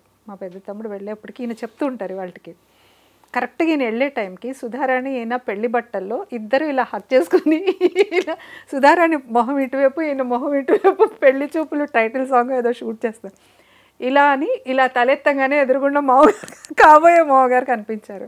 గుండె డుబుక్కు మందిట ఈయనకి, ఏమనుకుంటారు అనేసి. మా నాన్నగారికి చాలా ఇంట్రెస్ట్. ఆయన మేము ఈ ఫీల్డ్లో లేమనే కానీ ఆయన చాలా ఇంటెలిజెంట్ అండ్ చాలా ఎక్స్పోజర్ ఉన్న వ్యక్తి. చాలా అంటే చాలా, దాన్ని ఏమంటారు, ఓపెన్ హార్ట్ కానీ తన ఐ డోంట్ నో, అంత విశాలమైన మైండ్ ఉన్న వ్యక్తి అనమాట ఆయన. ఆయన చాలా స్పోర్టివ్గా తీసుకున్నారు. ఎందుకంటే షూటింగ్ అంటే తెలుసు, ఇవన్నీ తెలుసు, మనమే డైరెక్ట్గా మనం కనెక్ట్ అయ్యలేం కానీ వీ నో ఎవ్రీథింగ్. అంత ఇప్పుడు అలాంటి కన్జర్వేటివ్ అంత నారో మైండ్ ఉన్న వాళ్ళం అయితే అసలు చేసుకునే కదా. కానీ ఇట్స్ ఆల్సో గ్రేట్ దట్ ఆ టైంలో మీకు ఇది అన్స్టేబుల్ ఇన్కమ్ కదా, ఇందులో రేపు ఏం జరుగుతుందో అనే క్వశ్చన్ కూడా లేకుండా వచ్చారు మీరు. జాబ్ లేదు ఏం లేదు, జస్ట్ అంటే ఒక నెల వస్తే బాగా వస్తాయి, రెండో నెల చెప్పలేం కదా, acting and all media actually for that matter. So అయితే అలా మీరు రంగంలోకి దిగి మొత్తం అంత బహుముఖాలు. నేను కన్సిస్టెంట్గా ఎర్న్ చేశాను స్వప్న, కన్సిస్టెంట్గా. అసలు నేను నా ఎర్నింగ్కి ఎక్కడ స్టాప్ అవ్వలేదు అసలు. లెర్నింగ్కి ఎర్నింగ్కి రెండు ఒక స్థితిలో. మీరు అన్నది కరెక్ట్. ఇట్లాంటిది కొంచెం ఒక కష్టం వచ్చి ఏదో ఒక ప్రొడక్షన్ అవ్వక ఏదో లాస్ వచ్చిన టైంలో కూడా నేను చేస్తున్న లెక్చరర్ జాబే రెస్క్యూ చేసింది. అంతే కదా. అలా కొన్ని సందర్భాలు ఉన్నాయి, కాదనట్లేదు. కానీ భగవంతుడు భలే ఇది ఇచ్చాడు మాకు శక్తి. ఇద్దరికి కూడా మంచి ఫ్రెండ్లీ నేచర్, కంపాటబిలిటీ, అండర్స్టాండింగ్. అది ఎలా వచ్చిందో మాకే తెలీదు. ఇంకొక యాడెడ్ అడ్వాంటేజ్ ఏంటంటే ఇద్దరము కూడా సాఫ్ట్ స్కిల్స్ ట్రైనింగ్లో ఉన్నాం, పర్సనాలిటీ డెవలప్మెంట్ ట్రైనింగ్లో ఇంటర్నేషనల్ లెవెల్లో చేసాం. ఇద్దరము ఇంటర్నేషనల్ లెవెల్లో ట్రైనింగ్. అండ్ మేము తీసుకున్న టాపిక్ కూడా హ్యాపీ మ్యారీడ్ లైఫ్ అని. ఇద్దరము ఇప్పటికి 2 తెలుగు రాష్ట్రాల్లో ఆల్మోస్ట్ అందరు తెలుగు కపుల్స్ని మేము టచ్ చేసి ఉంటాం. జస్ట్ మ్యారీడ్ కపుల్ నుంచి 40 years 50 years మ్యారీడ్ లైఫ్ ఉన్న కపుల్ కూడా వచ్చి కూర్చుంటారు. కపులే యాక్సెప్టెడ్ అందులో, వాళ్ళు ఎంట్రీ, నో ఇండివిజువల్స్, కపుల్సే. వాళ్ళిద్దరి మధ్యనే మేము ఇక్కడ ఏదేదో గేమ్ షో లాగా కాదు, డే టు డే వచ్చే ప్రాబ్లమ్స్ని ఎలా ఓవర్కమ్ చేసుకోవాలి, చిన్న విషయాలకి ఫ్రిక్షన్స్ రాకుండా ఇలాంటివి. ప్లస్ ప్రైవేట్గా కూడా ఎవరికైనా కౌన్సిలింగ్ కావాలంటే వాళ్ళకు కూడా మేము కౌన్సిలింగ్ చేస్తూ వచ్చాం. నేను ఒకళ్ళకి చెప్తున్నప్పుడు నన్నే వాళ్ళు క్వశ్చన్ చేస్తుంది, నువ్వు ఆ రోజు అలా చెప్పావు కదా, నువ్వేం ఆలోచిస్తున్నావు అనేసి. కరెక్ట్, అవును, అంతే కదా. ఆ ట్రైనర్గా ఉన్న అడ్వాంటేజ్, లైక్ ఒక పర్సనాలిటీ డెవలప్మెంట్లో మనం ఇంకొకళ్ళకి సలహా ఇస్తున్నామా, కౌన్సిలింగ్ చేస్తున్నామా అనే దానికి మనకే అది బెనిఫిషియరీ. అసలు best beneficiary out of a training programme అంటే trainer himself or herself. మనం చెప్పే కొద్దీ నేర్చుకుంటాం. ఇంకా ఎక్కువ మనకి అది పెరుగుతూ ఉంటుంది కెపాసిటీ. మన ఫ్రాంటియర్స్ ఎక్స్పాండ్ అవుతూ ఉంటాయి. అవును, ఇంకా అనేక రకాలుగా లాటరల్ థింకింగ్ డెవలప్ అవుతుంది, స్పాంటేనిటీ డెవలప్ అవుతుంది, అండ్ లాజికల్గా, ఎనలిటికల్గా, క్రిటికల్గా so many varieties of thinking develop అవుతుంది. సో ఈ మొత్తం క్రమంలో పిల్లలు పుట్టిన తర్వాత అది ఎలా హ్యాండిల్ చేశారు? మదర్హుడ్ని, మళ్ళీ ఇక్కడ కెరియరు, తర్వాత కెరియర్ రుచి తెలిస్తే వదలడం కష్టం, అందులో మీడియా. అన్ని ఛానల్స్కి నేను రుణపడి ఉంటాను, నేను వర్క్ చేసిన ఛానల్స్ అన్ని నాకు. ఎందుకంటే అన్ని మ్యాక్సిమం స్టూడియో బేస్డ్ చేశాను. పిల్లలు చిన్నగా ఉన్నప్పుడు ఎక్కువ స్టూడియో బేస్డే చేశాను. నాకు తగ్గట్టుగానే నాకు ఆ స్టూడియో టైమింగ్స్ ఉండేవి. వీళ్ళు స్కూల్కి వెళ్ళినప్పుడు వచ్చేదాన్ని, వాళ్ళు వచ్చేప్పటికి వెళ్ళిపోయేదాన్ని, అది వాళ్ళకి తెలియదు కూడా. మీరు నమ్మరు, ఆ టైంలో నాకు ఎన్ని యాక్టింగ్ ఆఫర్స్ వచ్చాయో. చాలా అంటే చాలా, సినిమాలే, సీరియల్స్ కాదు, ఎక్కువ పెద్ద పెద్ద బ్యానర్ మూవీసే ఆఫర్ చేశాయి. కానీ నేను ఎప్పుడు అసలు యాక్టింగ్ వైపు కూడా చూడలేదు. ఎందుకలా? ఒకటి పిల్లలు, ఫ్యామిలీ, ఈయన బిజీ ఉంటారు, నేను కూడా బిజీ ఉంటా ఎట్లా అనే ఒక పర్స్పెక్టివ్. యాంకరింగ్లో I was so contented, so మళ్ళీ ఎంత నేను ఎన్ని ఒక స్టేజ్లో ఒక్కటే ఛానల్కి నేను 4 ప్రోగ్రామ్స్ చేశాను. Every day I was on the screen, ఒకటే ఛానల్. అంత హెక్టిక్గా ఉండేది. మా మదర్ బాగా సపోర్ట్ చేశారు. ఫస్ట్ మా పిల్లలిద్దరిని ఆ మదర్ బాగా చూసుకునేవారు. నేను లేనా కాసేపు. అప్పుడు చీరలేనా, డ్రెస్సులు కూడా? శారీస్, ఎక్కువ డ్రెస్ అంటే నేను యాంకరింగ్ ఎప్పుడు శారీసే నేను చేయలేదు. లేదు, కొన్ని ఫస్ట్లో కొన్ని చేశాను. బట్ నేను చేసిన మ్యాక్సిమం ప్రోగ్రామ్స్ ఎక్కువ women based, spiritual based, talk shows ఇలాంటివి చేశాను కాబట్టి శారీసే ఎక్కువ, శారీస్, డ్రెస్సెస్ తక్కువ. సో అయితే మీరు సినిమాలో ఆఫర్లు రిజెక్ట్ చేశారు. ఏమన్నా ఉండేదా మీకు, అంటే మైండ్లో ఉండేదా సినిమా వద్దని? ఒక రకమైన ఇన్హిబిషన్స్ ఉండేవి. అది ఉంటాయి సహజంగా, ఇన్హిబిషన్ ఉండేది. ప్లస్ పిల్లలు చిన్న పిల్లలు, అప్పుడు వాళ్ళు చిన్న పిల్లలు, అదొక బాగా బాదరింగ్ ఉండేది. లైక్ ఈయన బిజీగా ఉంటారు, నేను కూడా వెళ్ళిపోతే పిల్లలు ఎలా ఇబ్బంది పడతారు. ఇది ఓపెన్గా అడుగుతున్నాను. ఎక్కడైనా మీకుండే అవేర్నెస్ లెవెల్స్కి, ఇప్పుడు భార్యాభర్త ఒకే ప్రొఫెషన్లో ఉంటే కూడా గ్రేట్, ఉంటే అది ఇబ్బంది కూడా. ప్రదీప్ గారు చాలా మంచివారు, ఎప్పుడు అలా అనుకోరు. బట్ ప్రదీప్ గారు షిఫ్ట్ అయ్యి ఆయన టీవీకి వచ్చేసారు. ఇప్పుడు నేను దూసుకెళ్ళి సినిమాల్లోకి వెళ్ళిపోతే ఎక్కడ నేను నా పర్సోనా డామినేట్ చేస్తుందనే ఒక అవేర్నెస్ ఏమైనా వచ్చిందా మీకు? ఎప్పుడు లేదా? ఎప్పుడు అసలు అలాంటి ఆలోచన కూడా రాదు, ఇద్దరికి రాదు అసలు. అటువంటి థింకింగే లేదు అసలు. ఆయన ఎంకరేజ్ చేసే తీరు చెప్తే అదేదో మనం ఏదో ఫ్యాబ్రికేట్ చేసి చెప్తున్నాం అనుకుంటాం, అలా ఉండదు. He is such a genuine person. నన్ను ఎలా ఎంకరేజ్ చేస్తారో మా అమ్మాయిని అలాగే చేస్తారు, ఫ్యామిలీలో ఎవరు వచ్చినా చేస్తారు, బయట నుంచి ఇంకెవరైనా వచ్చా సార్ మాకు అవకాశం కావాలంటే వాళ్ళని కూడా అలాగే ఎంకరేజ్ చేస్తారు. ఆయనకు అసలు తేడా లేదు. He such a great person, నిజంగా అస్సలు తేడాలు లేవు. తమ పరా భేదం లేదు. మాకు కులం అనేది ఎవరిని అడగము, మాది తెలీదు ఎవరికి, అలా ఉంటాము. అంటే మనం నేను ఆయన ఒకటి చెప్తాను స్వప్న, స్ట్రాంగ్గా బిలీవ్ చేసేది ఏంటంటే మనం ఏదైతే చెప్తున్నామో ఫస్ట్ అది ఆచరించాలి. అవును, అది ఆచరించకుండా చెప్పడానికి నాకు అసలు హక్కు లేదు. ఫస్ట్ ఇప్పుడు నేను ఉమెన్కి చెప్తాను, మీరు డిమోటివేట్ అవ్వద్దు, మీకు చాలా పవర్ ఉంది, నో యువర్ ఇన్నర్ పొటెన్షియల్, మీకు age is just a number, మీరు తలుచుకుంటే ఏమైనా చేయగలరని నేను మోటివేట్ చేస్తాను చాలామంది విమెన్. చేస్తున్నప్పుడు మరి నేనేం చేస్తున్నాను?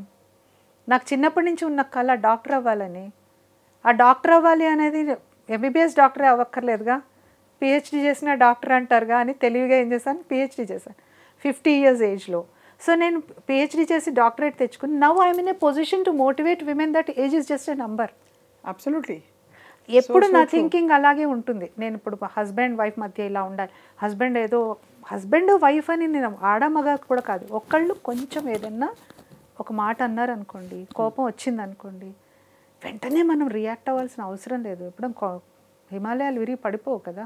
ఒక సెకండ్ పాజ్ ఇస్తే గొడవ జరగకుండా ఉండే అవకాశమే 90% ఉంటుంది. అది పర్లేదంటారా? ఎందుకంటే ఇప్పుడంతా ఈ ఫెమినిజము, ఈ దీనిలో మనకి రకరకాల ఇన్పుట్స్ వస్తున్నాయి. సో ఏది చేస్తే కరెక్టో అర్థం కాని పరిస్థితుల్లో చాలామంది కొట్టుకుపోతున్నారు. ఎవరి ప్రకృతి ప్రకారం ఎలా ఉండాలంటారు? ఇప్పుడు ఏదో తప్పడని సినిమా వచ్చిందండి, ఇప్పుడు ఎవరో ఒక దెబ్బ వేస్తే అతను అమ్మాయి అబ్బా అసలు మరీ అది రివెంజ్ స్థాయిలోకి వెళ్ళిపోతుంది. అంటే నేను అడిగేది అదే, ఎందుకంటే మనకి ఇన్పుట్స్ వేరువేరుగా వస్తున్నాయి సరస్వతి గారు. అల్టిమేట్లీ చాలా ఏడుపొచ్చే విషయం ఏంటంటే బేసిక్ మానవ సంబంధాలు, సింపుల్గా ఉండే సంబంధాలు ఇదివరకు చెప్పకుండా అడ్జస్ట్ అయిపోయేవి కూడా ఇప్పుడు పెద్ద ఇష్యూస్ అయిపోయాయి కదా. ఎందువల్ల అలా? ఎక్కువ అంటే ఎందువల్ల అంటే ఈ అవేర్నెస్ ఎక్కువైపోయి, ఆర్థిక స్వాతంత్రం ఎక్కువైపోయి, మగ ఆడ, నేను ఇద్దరు ఆడ అని అనట్లేదు, నాకేంటి నేను బతకగలను అనే కొంచెం వాల్యూస్ తగ్గిపోయి, ఆ బాండింగ్కి, ఆ బంధానికి వాల్యూస్ తగ్గిపోయి, ఇప్పుడు మీరు తప్పడన్నారు వచ్చింది, ఐఎమ్ సారీ, నేను సినిమా చాలా ఎక్స్ట్రాడినరీగా తీశాడు మూవీ, ఆ అమ్మాయి చాలా బాగా చేసింది, అవన్నీ పక్కన పెడితే చిన్నప్పటి నుంచి మనం ఇంట్లో పెరిగామండి. కోపం వచ్చి అన్నయ్య దెబ్బ కొట్టాడు, అన్నయ్య కాకుండా పోయాడా? అదే కదా, ఎగ్జాక్ట్లీ, ఐ అగ్రీ. కానీ కరెక్టే మీరు అనేది, చెప్పండి. అలా కొంచెం అనేది కొంచెం బ్రాడర్ థింకింగ్ అలవాటు చేసుకోవాలి ప్రతి వాళ్ళు. ఎందుకంటే మీరు అన్నారు ఇప్పుడు జనరేషన్స్ మారుతున్న కొద్దీ మనుషుల థింకింగ్ కానీ యాటిట్యూడ్ కానీ మారుతూ వస్తుంది. మా నాయనమ్మ మా అమ్మమ్మ ఉన్నట్టు మా అమ్మ వాళ్ళు లేరు, మా అమ్మ వాళ్ళు ఉన్నట్టు మేము లేవు, మేము ఉన్నట్టు మా నెక్స్ట్ జన్ లేదు. మారుతుంది. ఎందుకంటే మారుతుంది అంటే చుట్టూ ఉన్న పరిస్థితులు, ప్రెషరు, స్ట్రెస్, ఉద్యోగం స్ట్రెస్, బిజినెస్ స్ట్రెస్ ఎక్కువైపోయినాయి. ఒకప్పుడు అంత హాయిగా భర్త ఏదో తీసుకొచ్చేవాడు, ఎవడో ఉండేది సుఖంగా, సాయంత్రం ఎప్పటికీ ఇద్దరు కబుర్లు చెప్పుకుంటూ ఒక కప్పు కాఫీ తాగేవాళ్ళు, ఒక ప్రశాంతమైన జీవితం ఉండేది. ఇప్పుడు ఉందా అది? ఇద్దరు పొద్దున్న 7ంటికి వెళ్ళాలి, ఇద్దరు 8ంటికో 9ంటికో రావాలి, రాత్రి అలసిపోయి వస్తారు, చికాకు బుట్టి వీడు ఒక మాట అంటాడు, ఆ అమ్మాయి ఒక మాట అంటుంది, గొడవ అయిపోతుంది. దీనికి మనం ఈజీగా సొల్యూషన్ చెప్పడం చాలా కష్టం. ఎవరి అనుభవం వాళ్ళది. ఇప్పుడు ఇక్కడ కూర్చుని నేను చెప్తుంటే చాలామంది మీకేంటంటే మీరు బ్రహ్మాండంగా చెప్తారు, పడుతున్న వాళ్ళ మాకు తెలుసు అని అంటారు. I understand that. కానీ ఏంటంటే ఒక మనిషిగా, ఒక ఇండివిజువల్గా మనం ఎలాగా ఆలోచించాలి అంటే నేను చిన్న పాయింట్ చెప్తాను. మగవాళ్ళు ఆడవాళ్ళని కదా మాట్లాడుతున్నాం. మగవాళ్ళ ఆలోచన విధానం వేరు, ఆడవాళ్ళ ఆలోచన విధానం వేరు, వాళ్ళ నేచర్ వేరు, వీళ్ళ నేచర్ వేరు. ఇద్దరు సమానమే కానీ నేచర్ వేరు. వీళ్ళు ఒక విషయానికి ఒకళ్ళు ఒకలా స్పందిస్తారు, ఇంకొకళ్ళు ఇంకొకసారి స్పందిస్తారు. వాళ్ళ ఇష్టం వేరు, వీళ్ళ ఇష్టం వేరు. నేనేమంటున్నానంటే నీకు గ్రీన్ ఇష్టం కాబట్టి నేను గ్రీన్ ఇష్టాన్ని చేసుకుని ఉండమని నేను చెప్పట్లా. అవును, నీ ఇష్టాన్ని నేను రెస్పెక్ట్ చేయాలి. అవును, అవునా కదా? నీకు మీ మదర్ అంటే ఇష్టం, మదర్ని వదిలిపెట్టి ఉండలేవు. I have to respect that relationship. నేను నిన్ను లవ్ చేస్తున్నాను, నువ్వు మీ అమ్మతో మాట్లాడొద్దు, నువ్వు నా ఆమెతోనే 4 సార్లు మాట్లాడుతున్నావు, నాతో మాట్లాడట్లేదంటే అది ఎంతవరకు న్యాయం మీరు చెప్పండి. కరెక్టే. అలాగే ఈ అమ్మాయి వైపు కూడా, ఈ అమ్మాయిని కూడా నువ్వు వచ్చి నువ్వు నీళ్ళే అనుకుంటారు, ఆ అమ్మాయిని అసలు కలవనీరు, వీళ్ళొక్కళ్ళే మాట్లాడుకుంటుంటారు, వీళ్ళొక్కళ్ళే డెసిషన్స్ తీసుకుంటూ ఉంటారు మగపిల్లవాడి వైపు. అంతే కదా. ఆ అమ్మాయి ఏమో ఎలియన్గా ఫీల్ అయిపోయి నేను నీళ్ళే అనుకున్నప్పుడు ఎలా అనుకుంటుంటాను అంటే అది లేకపోవడం వల్ల ఆ పరిస్థితులు, ఈ సవాళ్ళు వస్తున్నాయి మహిళలకి, అమ్మాయిలకి. ఏంటంటే ఎక్కడ గీత గీయాలి, ఎక్కడ నా రెస్పెక్ట్ నేను కమాండ్ చేయాలి, ఎలా చేయాలి, నేను అరవాలా, క్వైట్గా ఉండి మాట్లాడద్దు, నీ పన్ను చేసుకో అని కొంతమంది చెప్తారు, హుందాగా ఉండు నువ్వు టైంతో. కొంతమంది పుట్టింటికి వెళ్ళిపో అంటారు, కొంతమంది నువ్వు సంపాదించిన మొదలుపెట్టి నీకు రెస్పెక్ట్ పెరుగుతుంది. ఏంటి సొల్యూషన్? ఒకటి, బాండింగ్లోకి ఎంటర్ అవుతూ ఉంటే మాత్రం, మ్యారేజ్లోకి ఎంటర్ అవుతుంటే మాత్రం ప్రీ మ్యారేజ్ కౌన్సిలింగ్ అనేది కంపల్సరీ, చాలా అవసరం ఇద్దరికి. దట్ ఈస్ ఇంకా మ్యాండేటరీ అయిపోయింది ఈ రోజుల్లో. ఒకప్పుడు అంటే but do you think people know themselves so much? Saraswati గారు, ఇప్పుడు ప్రీ మ్యారేజ్ కౌన్సిలింగ్లో ఇప్పుడు మీరు నన్ను అడిగారు అనుకోండి, నన్ను కానీ ఎవరినైనా అడిగితే వాళ్ళ గురించి వాళ్ళు చెప్పేవి తెలియని విషయాలు కొన్ని ఉంటాయి. ఆ బటన్స్ ఎప్పుడు పుష్ అవుతాయి? సరే, కరెక్ట్గా బిగ్ బాస్ హౌస్లోకి వెళ్తే తెలుస్తాయి అసలు మనం ఏంటి, ఎక్కడ మనం ట్రిగ్గర్ అవుతున్నాము. మన సహజ చెప్పడానికి అందరూ మంచివాళ్లే, ఎవరు చెడ్డవాళ్ళు కాదు. సో ఈ అందులో ఇప్పుడు ఇన్ఫ్లుయెన్సెస్ మారుతున్న టైంలో మీరు కపుల్స్కి ఏం చెప్తారని బేసిక్గా? అంటే how do identify that thread of love? For example love అనండి, బాండింగ్ అన్నది, కన్సర్న్. మీరు అన్నారు చూడండి, అన్నయ్య కొడితే వదిలేసుకుంటావా, చాలా సమంజసంగా ఉంది వినడానికి. అలా ఏం చెప్తారు మీరు కపుల్స్కి? అదే చెప్తాను. నువ్వు ఒక వ్యక్తితోని నువ్వు రేపొద్దున ప్రయాణం మొదలు పెట్టాలనుకుంటున్నావు. నేను ఇక్కడ దయచేసి ఒకటి ఏంటంటే, ఆడ మగాని మాట్లాడట్లేదు, ఇంకొక లైఫ్ పార్ట్నర్తో నువ్వు జర్నీ స్టార్ట్ చేయాలనుకుంటున్నావు. మొత్తంగా నువ్వు చిన్నప్పటి నుంచి పుట్టి పెరిగిన వాతావరణం నుంచి కొంచెం బయటకు వచ్చి ఇంకొక వ్యక్తితోని నువ్వు సహజీవనం చేయాలి, వాళ్ళతో కలిసి ప్రయాణం చేయాలి చివరి దాకా అనుకున్నప్పుడు ఒకళ్ళనొకళ్ళు పూర్తిగా అర్థం చేసుకోవాలి ఫస్ట్. హైఫై ఇప్పుడు మన వాళ్ళు ఏం చేస్తున్నారంటే, సారీ, మ్యారేజ్ అనగానే అది ఒక సెలబ్రేషన్ అనుకుంటున్నారు. ఒక pre wedding shoots, video shoots, సంగీతులు, మెహందీలు, హల్దీలు, అవే నేను కాదనట్లేదు. నీకు ఉన్నప్పుడు నీకు ఇంట్రెస్ట్లో ఓకే చేసుకుంటున్నావు. ఇక నా కాస్ట్యూమ్స్ నీ కాస్ట్యూమ్స్ మ్యాచింగ్ ఉండాలి, కొరియోగ్రాఫ్లు ఇవన్నీ ఉన్నాయి. కాస్ట్యూమ్స్ మ్యాచింగ్ చూస్తున్నారు, ఐడియాలజీ మ్యాచ్ అయిందా లేదా చూసుకోవట్లేదు. అవును, అది కొంచెం అబ్జర్వేషన్లో పెట్టుకోవాలి. హేస్టీ డెసిషన్స్ తీసుకోవద్దు ఫస్ట్ అండ్ ఫార్మోస్ట్. ఇద్దరు వాళ్ళని ఒకళ్ళొకళ్ళు ఇప్పుడు మీరు అన్నారు, అతను బయటపడతాడా, అమ్మాయి బయటపడుతుందా, సహజ సిద్ధమైన గుణాలు. నెక్స్ట్ ఫ్యామిలీ మెంబర్స్ని ఇన్వాల్వ్ చేయాలి ప్రీ కౌన్సిలింగ్లో. ఒక మదర్నో, ఫాదర్నో, బ్రదర్నో, తన నైజం ఏంటి, తనకి ఎప్పుడు కోపం వస్తుంది, తను ఎలా ఉంటాడు. నా ఉద్దేశంలో అండి 90% అందరు మంచివాళ్లే ఉంటారు. అవును, 90% చిన్న చిన్న ఇమోషన్స్ ఇందా చెప్పాను చూడండి, మనుషులన్న తర్వాత ఇమోషన్స్ కంపల్సరీ ఉంటాయి. కొంతమంది కంట్రోల్ చేసుకుంటారు, కంట్రోల్ చేసుకోవద్దు. కొంతమంది బాగా బ్యాలెన్స్ చేసుకుంటారు, కొంతమంది చేసుకోలేరు, కోపం వచ్చి అరిచేస్తారు, అరిచిన తర్వాత బాధపడతారు. అవును, అంతే కదా. గట్టి గట్టిగా అరిచేస్తారు, కోపం వచ్చి ఏదో 4 మాటలు అంటారు, యువతల వాళ్ళకి హర్ట్ అవుతారు, కానీ వాళ్ళ తర్వాత చాలా రిగ్రెట్ అవుతారు, బాధపడతారు. ఇలాంటి నేచర్ ఉంటుంది. ఒక మనిషిని పూర్తిగా అర్థం చేసుకోవాలి అంటే ఒక తల్లి కడుపును పుట్టిన వాళ్ళే ఇద్దరు సమానంగా ఉండరు. అవును, ఇద్దరి ఇష్టాలు వేరే ఉంటాయి, ఇద్దరి నేచరు వేరే ఉంటుంది, ఇద్దరు కొట్టుకుంటారు శత్రువులాగా. అలాంటిది నువ్వు టోటల్గా వేరే కుటుంబం నుంచి వచ్చిన ఒక వ్యక్తితో నువ్వు అడ్జస్ట్ అవ్వాలంటే అడ్జస్ట్ అవ్వాలి. కలిసి ఉండాలి అంటే మాక్సిమం అడ్జస్ట్. ఇప్పుడు నేను ఇంకొక విషయం, ఎక్స్ట్రీమ్ కండిషన్స్ మాట్లాడట్లా, నార్సిసిజంలు, దాని స్ట్రాంగ్ హెడెడ్నెస్ ఇట్లాంటివి ఉంటాయి చూడండి కొన్ని, అవి నేను మాట్లాడట్లేదు. అవి మనం ఇంకా మన చేతిలో లేని విషయాలు అవన్నీ. ఆ 10-15% జోన్ అసలు ఐఎమ్ నాట్ టచింగ్. నేనెవరిని అది మాట్లాడడానికి. కానీ 85% పీపుల్ నువ్వు చెప్తే అర్థం చేసుకునే వాళ్ళే ఉంటారు, చెప్పడంలోనే ఉంది. ఇప్పుడు నువ్వు తప్పు అని నేను ఇలా చూపిస్తున్నాను, నీ తప్పు నువ్వు ఇలా చేసావు, నువ్వు తప్పు అని. తప్పు అంటే ఏంటి ఒకసారి ఆలోచించండి. తప్పు అంటే ఏంటి చెప్పండి మీ దృష్టిలో? తప్పంటే బేసిక్గా అంటే వాళ్ళు తెలియక చేసింది. మీ దృష్టిలో వాళ్ళు తప్పు చేశారు అనుకుంటారు, వాళ్ళ దృష్టిలో వాళ్ళది కరెక్టే అనుకుంటున్నారు. అలా అది కూడా కరెక్టే అది కదా. వాళ్ళు ఒప్పు అనుకుంది మీకు తప్పు అనిపిస్తుంది, వాళ్ళు తప్పు అనుకుంది మీరు ఒప్పు అనిపిస్తుంది. కాబట్టి ఫస్ట్ తప్పొప్పులు వినకుండా వాళ్ళు ఎందుకు అలా మాట్లాడారు, పొద్దున సరిగ్గానే వెళ్ళారు కదా, ఇప్పుడు వచ్చినప్పుడు ఎందుకు అలా ఉన్నాడు, అది ఏదో జరిగింది మధ్యలో, దానికి కూడా నువ్వు పాజ్ ఇవ్వకుండా నువ్వు నా మొహం చూడంగానే ఇలా ఉంటావు, నేను చెప్పింది పట్టించుకో, ఇలాంటి నాగింగ్ ఉంటాయి కదా, ఆ ఫ్రిక్షన్ తగ్గించుకోండి కొంచెం. మగవాళ్ళు ఎక్స్ప్రెస్ చేయరు, ఆడవాళ్ళు ఎక్స్ప్రెస్ చేస్తారు. మగవాళ్ళకి ఏదైనా ఛాలెంజ్ వచ్చిందనుకోండి ఆఫీస్లో కానీ ఎక్కడైనా, వాళ్ళు ఫస్ట్ వెంటనే షేర్ చేసుకోరు, వాళ్ళది పర్సనల్ ఫెయిల్యూర్గా ఫీల్ అవుతారు. అవును, ఏదో గదిలోకి వెళ్ళిపోయి ఏదో ఒక సూడోకో చేసుకోవడమో, ఒక గేమ్ చేసుకోవడమో, లేకపోతే ఎవరో ఫ్రెండ్తో మాట్లాడడమో చేసుకుని అరగంట తర్వాత బయటకు వచ్చి అప్పుడు వాళ్ళే చెప్తారు వచ్చి ఆ స్పేస్ అండ్ ఇది ఇవ్వాలి, స్పేస్ కావాలి.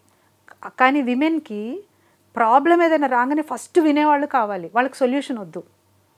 అది కరెక్ట్, వాళ్ళకి సొల్యూషన్ వద్దు, సొల్యూషన్ ఇస్తే కోపం వస్తుంది, అవునా కదా. ఇది ఇమీడియట్గా సొల్యూషన్ కోసం అడగరు వాళ్ళు, జస్ట్ దే వాంట్ సమ్ ఒక రిసీవింగ్ ఎండ్ కావాలి అంతే చాలు. పని మనిషి రాలేదు, ఇక్కడ ఇదేదో అయింది, అదేదో అయింది, సమ్ చెప్తూ ఉంటారు, ప్రశాంతంగా ఈ రెండు ఇచ్చేస్తే సరిపోతుంది అంతే. వీళ్ళు వినకపోతే పక్కింటి ఆంటీకి చెప్తారు, లేదా ఫోన్ చేసి వాళ్ళ అక్కయ్యతో అన్న షేర్ చేసుకుంటారు కాబట్టి, కానీ వాళ్ళ మనసులో అయితే ఉంచుకోరు. ఇది basic difference between men and women. ఇది గ్రహించకుండా నేను ఇంటికి రాగానే మొదలు పెడతామని అతను, నేను ఇంతసేపు వెయిట్ చేస్తున్నా మీరు నన్ను పట్టించుకోకుండా మీ పనిలో మీరు ఉన్నారని కూడా, ఇవే జరుగుతున్నాయండి. నా దగ్గరకు వచ్చిన కౌన్సిలింగ్ గురించే మాట్లాడుతున్నా మీతో. కరెక్ట్. నేను వేరే కొత్త విషయాలు ఏం చెప్పట్లా. అలాగే నువ్వు ఎక్కువసేపు నువ్వు మీ అన్నయ్యతో మాట్లాడావు, మీ అమ్మతో మాట్లాడావు. ఇప్పుడు భార్య ఫోన్లో ఎంతసేపు మాట్లాడాలో భర్త చెప్పచ్చండి, చెప్పండి. ఫోన్లో నువ్వు 2 minutes కంటే ఎక్కువ మాట్లాడాల్సిన అవసరం లేదు, మాట్లాడద్దు అని కాదు, 2 minutesలో కట్ చేసి పెట్టేయాలి అని ప్రతి మెజరు, ప్రతి బట్టలు వేసుకునే బట్టలు మొదలుకుని భర్త చెప్తూ ఉంటే దాన్ని ఏమంటారండి? కంట్రోల్ కాకపోతే కంట్రోలే కదా. అలా కష్టం కదా, చాలా ఎలా డీల్ చేయాలి మరి? ఏం చెప్పాలి భార్య, ఏం చెప్పాలి? అన్ని ఒక ఇన్సిడెంట్ల క్రమం అయ్యాక, ఏమండి నేను మీతో మాట్లాడాలి, ఈ మధ్య నేను నోటీస్ చేస్తున్నాను, అలా బెటరా? అంతే. Communication is the best thing అండి. కమ్యూనికేట్ చెయ్యట్లేదు చాలామంది, ఇక్కడ పెట్టేసుకుంటున్నారు. ఇక్కడ పెట్టుకోవడం వల్ల ఏమవుతుంది, అది అలా అలా ఉండి ఉండి ఉండి ఒక్కసారి బయటకు వస్తుంది. అలా కాకుండా మామూలుగా కమ్యూనికేషన్, ఇప్పుడు వాళ్ళ బెస్ట్ మూమెంట్స్ తెలుసు, వాళ్ళ మంచి మూడ్ తెలుసు, వాళ్ళు ఎప్పుడు ఎలా ఉంటారో తెలుసు. నేను అందుకనే ఎక్స్ట్రీమ్ కండిషన్స్ ముట్టుకోవట్లేదు. మీరు చెప్పిన ఇదే సిచ్యువేషన్ తెలిసిన వాళ్ళలోనే అతను, ఆ అమ్మాయి అసలు ఎవరితో ఫోన్లో మాట్లాడడానికి వీల్లేదు, 30 ఏళ్ళు అయింది పెళ్ళై, పిల్లలు పెళ్ళిళ్ళు అయిపోయి వాళ్ళ పిల్లలు కూడా పుట్టిన తర్వాత కూడా 5 నిమిషాలకు మించి ఫోన్లో మాట్లాడకూడదు. ఏం చేస్తుంది ఈ ఏజ్కి? ఇంకా తను ఏం చేయగలుగుతుంది? చాలా అదే అంటే ఇది individuals attitude Swapna. We cannot generalize this. ఇప్పుడు ఒక ఇంట్లో జరిగినది ఇంకో ఇంట్లో కాదు, ఇంకో రకమైన ప్రాబ్లం ఉంటుంది. ప్రాబ్లం ఈజ్ ప్రాబ్లం, దాని ఫార్మాట్ మారచ్చు, దాని స్ట్రక్చర్ మారచ్చు, కానీ సమస్య ఉంటుంది. దాన్ని ఏ రకంగా మనం ఎదుర్కోవాలి అనేది నీ విద్వత్తు, నీ సమయము, నీ దేశకాలమాన పరిస్థితులు, చుట్టూ ఉన్న వాతావరణం. అతనికి ఎవరైనా చెప్తే వింటారు అనేవాళ్ళు ఉంటారుగా ప్రతి వాళ్ళకి జీవితంలో, వాళ్ళతో చెప్పించడానికి ట్రై చేయాలి. అది కొన్ని ఉంటాయి, ప్రతిదానికి ఒక సొల్యూషన్ ఉంటుంది. సొల్యూషన్ వెతుక్కోవడం అనేది విజ్ఞత, వివేకం, తెలివి. అంతే. జీవితాన్ని నాశనం చేసుకోవాలి. పర్సనల్గా తీసుకుని బాధపడిపోవడం లేదు, ఏదో కోపం చూపించి ఉక్రోషంగా వెళ్ళిపోవడం కూడా సొల్యూషన్ కాదు. ఇంకొకటి కూడా చెప్తా ఇక్కడ, చిన్న చిన్న ప్రాబ్లమ్స్ కాదు, పెద్ద ప్రాబ్లమ్సే. ఇప్పుడు భర్త ఉన్నాడు, అతని ఉద్యోగంలో ప్రాబ్లం వచ్చిందమ్మా, జాబ్ పోయింది, లేదు వ్యాపారం చేస్తున్నాడు నష్టం వచ్చింది, అతన్ని నానా మాటలు అని హింసబెట్టి నీకు చేత కాదు నువ్వు ఇంతే అనొచ్చా? అప్పుడు భార్య ధర్మం ఏంటంటారు? సపోర్ట్ చేయాలండి, సపోర్ట్ చేయాలి. ఇఫ్ షీ ఇస్ ఎర్నింగ్ మొత్తం రెస్పాన్సిబిలిటీ తీసుకోవాలి, మోరల్ సపోర్ట్ ఇవ్వాలి. అప్పుడు మనిషి మారలేదు కదా స్వప్న, సిచ్యువేషన్ మారింది.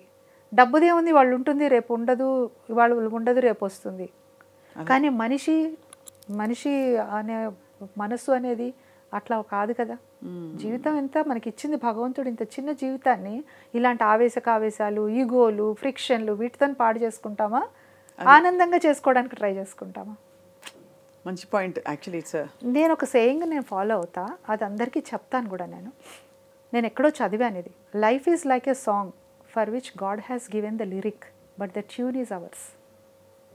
ఎంత అద్భుతమైన కొటేషన్. జీవితాన్ని ఒక పాట అనుకుంటే దానికి సాహిత్యాన్ని భగవంతుడు ఇచ్చేశాడు. నువ్వు ఎక్కడ పుడతావో తెలియదు, ఏ తల్లిదండ్రులకు పుడతావో తెలియదు, రిచ్ ఇంట్లో పుడతావా, బీదింట్లో పుడతావా, ఏ కులం, ఏ మతం, ఏ దేశం, ఆడ మగ కూడా తెలియదు. పుట్టేదాకా మనకు తెలియదు. Everything is set by God. నేను భగవంతుడిని బాగా నమ్ముతాను, ఫిలాసాఫిక్గా ఉంటాను, నమ్ముతాను. ఐ మీన్ ఆ స్పిరిచువల్ పాత్లో ఉన్నాను నేను. సో అలాంటప్పుడు పుట్టిన తర్వాత మాత్రం మన duty, how best we can make that life beautiful, ఎంత బాగా మనం దాన్ని చేసుకోగలం, రిలేషన్షిప్స్ ఎలా పాటించగలం, దాన్ని మనం ఇచ్చిన సాహిత్యానికి మంచి సంగీతాన్ని మనం సమకూర్చుకోగలగనేది మన చేతిలో ఉంది. బ్యూటిఫుల్. ట్రాజిక్ చేసుకుంటామా, హాయిగా ఆనందంగా పాడుకుంటామా అనేది మన చేతిలో ఉంది. సిచ్యువేషన్ మీరు చెప్తున్నారు బాగానే ఉంది, కానీ అవతల వచ్చేవాళ్ళు మనకి అట్లా ఉండాలి కదా అంటే, నీకు శక్తి ఉన్నంత వరకు వాళ్ళని నీతో పాటు ఆనందంగా ఉండేలాగా ఉంచుకో.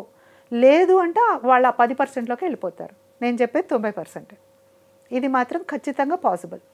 మేము ఎన్ని చూసాం స్వప్న, ఎన్ని సిచ్యువేషన్స్ చూసాము, మేము ఇద్దరము చూసిన సిచ్యువేషన్స్ మేము చూడంగానే చాలా హ్యాపీ కపుల్, లవ్ బర్డ్స్, చాలా ఆనందంగా ఉన్నారు, ఇద్దరు బాగుంటారు, చూడడానికి సెట్గా ఉన్నారు అనుకో. మా వెనకాల ఎన్ని సుడిగుండాలు ఉన్నాయి, ఎంత లైఫ్ చూసాము, ఎన్ని మాటలు విన్నాము.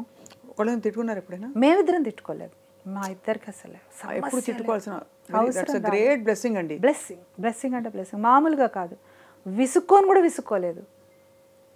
ఇంకా నేనన్నా ఎప్పుడైనా నా హెల్త్ రీత్యా అంటే హెక్టిక్ అయిపోయి మనకి విమెన్కి ఉండే కొన్ని ఇష్యూస్లో ఒకప్పుడు, ఇప్పుడు కాదు, అప్పుడైనా నేను నీరసించిన సందర్భాలు ఉన్నాయి. కానీ ప్రదీప్ గారు అయితే ఇవాళ దాకా విసుక్కొని కూడా విసుక్కోలేదు. బా, ఎంత బంగారు కొండ అండి అసలు. విసుక్కోలేదు అంటే అది బ్లెస్సింగే, అది మామూలు బ్లెస్సింగ్. అది మీరు చెప్పండి. ఇప్పుడు విసుక్కున్నా, ఎప్పుడైనా ఒకవేళ విసుక్కున్నా, డల్గా ఉన్నా, మనము ఎలాగా వాళ్ళని సొలేసి ఇవ్వగలమని చూడాలి తప్ప, నాకు ఇంకా నువ్వు నన్ను షాపింగ్కి తీసుకెళ్ళలేదు, నా పుట్టినరోజుకి నువ్వు చీర కొనలేదు, ఏంటండి చిన్నపిల్ల ఆటలని. నేను ఎందుకు చెప్తున్నా అంటే ఈ చిన్న చిన్న వాటి దగ్గరే గొడవలు పడి విడిపోతున్నారండి బాబు.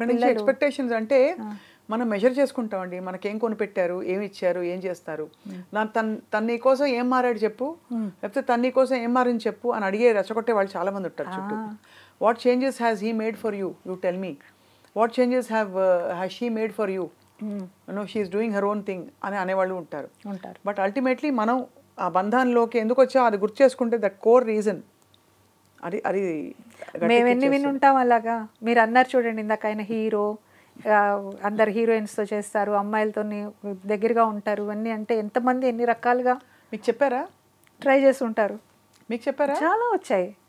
నవ్వి గ్రేస్ఫుల్గా నవ్వి పక్క నుంచి వెళ్ళిపోవడమే తప్ప మన రియాక్షన్ అనేది ఎక్కడా లేదు. రెస్పాండ్ అవ్వడమే నాకు ఉండేది. No reaction, only response.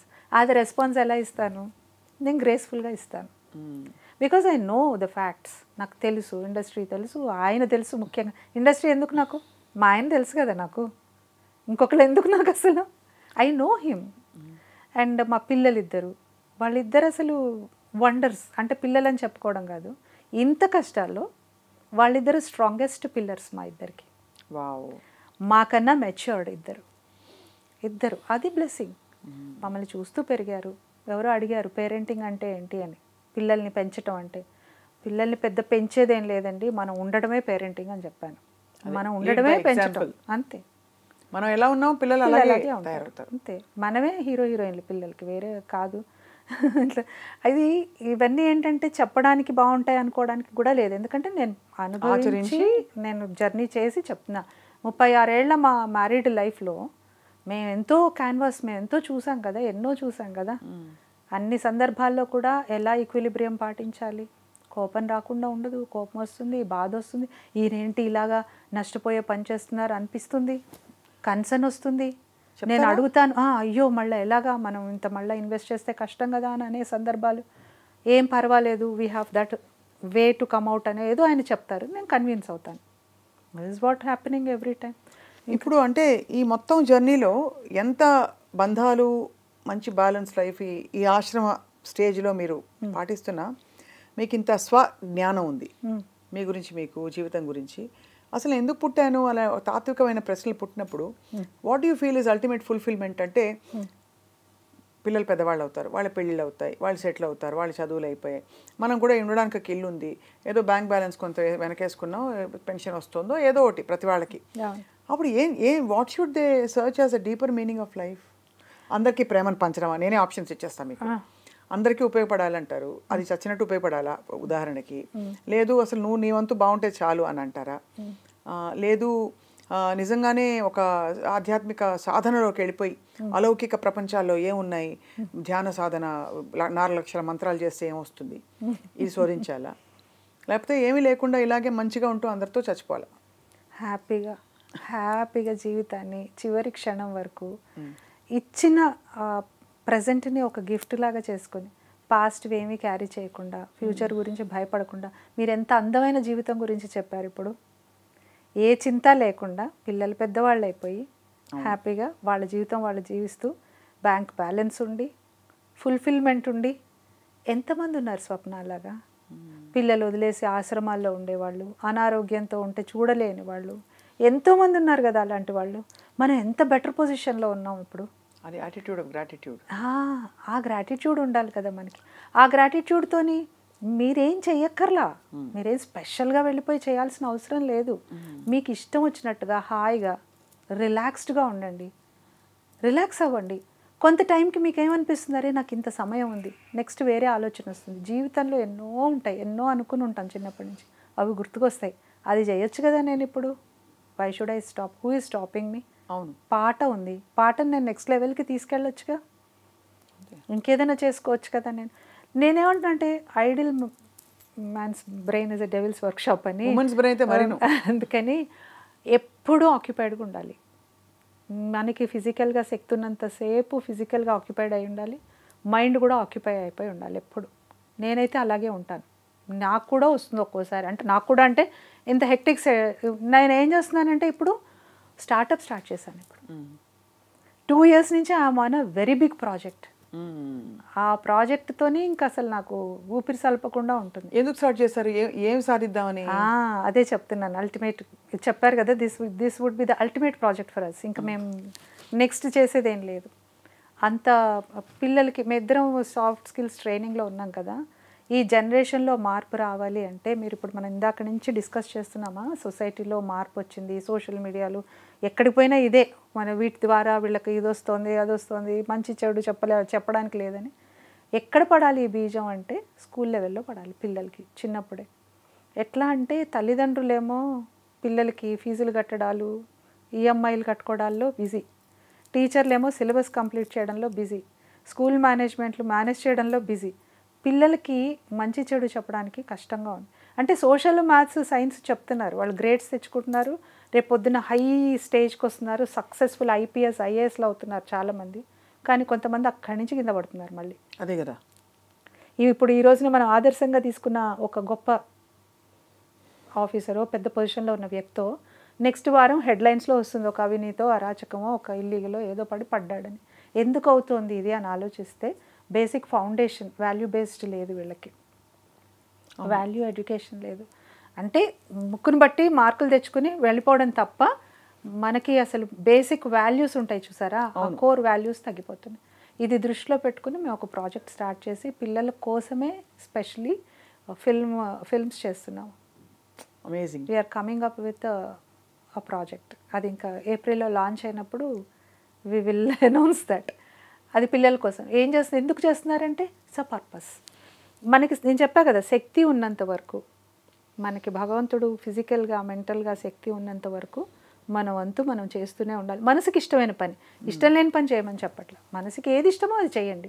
మీకు ఇలాంటి సేవ ఇష్టం లేదు, మీకు ఎంత అద్భుతమైన గాత్రం ఉంది, మీరెందుకు నెక్స్ట్ లెవెల్కి వెళ్ళకూడదు, మీరెందుకు కచేరీలు చేయకూడదు, మీరెందుకు 10 మందికి నేర్పించకూడదు? అసలు సపోజ్ ఏం చేయాలని లేదనుకున్నారు, తప్పంటారా? హ్యాపీగా పడుకోండి తిని, అంతే. మిమ్మల్ని ఎవరు వద్దన్నారు? అదే అదే హ్యాపీగా తిని పడుకోండి. ఇంకొకటి కూడా చెప్తాను స్వప్న, నేను ఎప్పుడు ఒక కొటేషన్ ఇంకొకటి కూడా చెప్తూ ఉంటాను. వయసులో పెరగడం కాదు ముఖ్యం, జీవితంలో ఎదగడం ముఖ్యం అని. మనం ఏమి చేయకుండా తిని పడుకున్నా నెక్స్ట్ ఇయర్ నా బర్త్డే వచ్చేస్తుంది. అవును.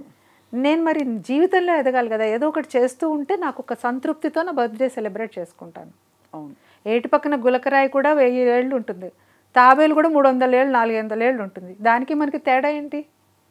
అంతే కదా. మనకు ఒక పొటెన్షియల్ ఉంది, మనకు ఒక కెపాసిటీ ఉంది, ఒక భగవంతుడు ఒక విచక్షణ ఇచ్చాడు మనకి. మీదంటూ ఒక బ్రాండ్ వదిలి వెళ్ళాలి కదా రేపొద్దున. అంతే. మరి ఆ బ్రాండ్ వదిలి వెళ్ళడానికి అన్ని ఎఫర్ట్స్ అన్ని ఆ డైరెక్షన్గా పెట్టి, ఎందుకంటే మీకు యు ఆర్ బ్లెస్డ్ లైక్ మీకు అంత ఫుల్ఫిల్మెంట్ ఉంది. ఏమీ లేని వాళ్ళు నాకు ఇది లేదు, ఇది ఉంటే నేను చేయగలుగుతాను అనుకుంటారు. మనకు ఉంది కదా. రిటైర్ అయిపోయిన ఒక బ్యాంక్ ఎంప్లాయీ, పెన్షన్ వస్తుంది, మంచిగా ఒక అకౌంట్లో ఒక అమౌంట్ ఉంటుంది, హెల్త్ ఉంది, 62 ఏళ్ళు వచ్చినాయి, ఇంట్లో కూర్చుని నేను ఇదేంటి నాకు బోర్ కొడుతుంది, లేకపోతే ఇది చేస్తాను అది చేస్తాను. బోర్ ఎందుకు కొట్టాలి? నీకు ఇంకా శక్తి ఉంది, నీకు ఇంకా ఏదో ఒక సేవ చేయొచ్చు కదా. అవును. ఏదో ఒక పని చేసుకోవచ్చు కదా. ఎంగేజ్ అయిపోయిన కొద్దీ మనకి మనము ఒకటి యంగ్ అవుతాము, 2 ఎంగేజ్ అవుతున్న కొద్దీ యంగ్ అయిపోతాం. అంతే. ఇప్పుడు మేము వెళ్ళట్లా స్మార్ట్ జోడీకి. అసలు మీరిద్దరూ నిజంగా మీరు నెక్స్ట్ నేను అడగబోయే క్వశ్చన్ మీరు ఇబ్బంది పెట్టచ్చు మమ్మల్ని. ఏం ఇబ్బంది పెట్టదు, అడగండి. మీరు నిజంగానే విత్ నో మేకప్ మీరు ఇంత థళథళలాడే తెలుపు అబ్బా అన్నట్టు ఎలా ఉన్నారు చెప్పండి. ఏం లేదు. అంటే తెలుపు అంటే నలుపు ఉండకూడదని కాదండి, you are glowing very naturally. ఏవో మీరు చిట్కాలో అవే పాటించుంటారు. లేదు అంటే లేదు అని నేను చెప్తాను, అది అబద్ధం కాదు. రోజు అలోవెరా రాసుకుంటారు. అదే సార్, నిల్ మెయింటెనెన్స్, అదే secret. My simplicity is my ornament, నా కంటెంట్మెంట్ సీక్రెట్. అంతే. నేను కంటెంట్మెంట్ ఉంటే అసలు కీ అండి. ఉన్నదాంతో ఆనందంగా ఉండాలి, హ్యాపీగా ఉండాలి, లేదని బాధపడద్దు, ఇంకోళ్ళతో కంపేరే చేసుకోవద్దు అసలు. అలా చేసుకుంటే మనం ఒక సెకండ్ కూడా ఉండలేము భూమి మీద. మనం అంటూ కంపేర్ చేసుకుంటే మనకన్నా తక్కువ వాళ్ళు, లెస్ ప్రివిలేజ్డ్ వాళ్ళని మనం కంపేర్ చేసుకుని అయ్యో మనం ఇంత బాగున్నామని ఒక గ్రేట్ఫుల్గా ఉన్నామంటే ఇంకా ఉత్సాహం ఉంటుంది.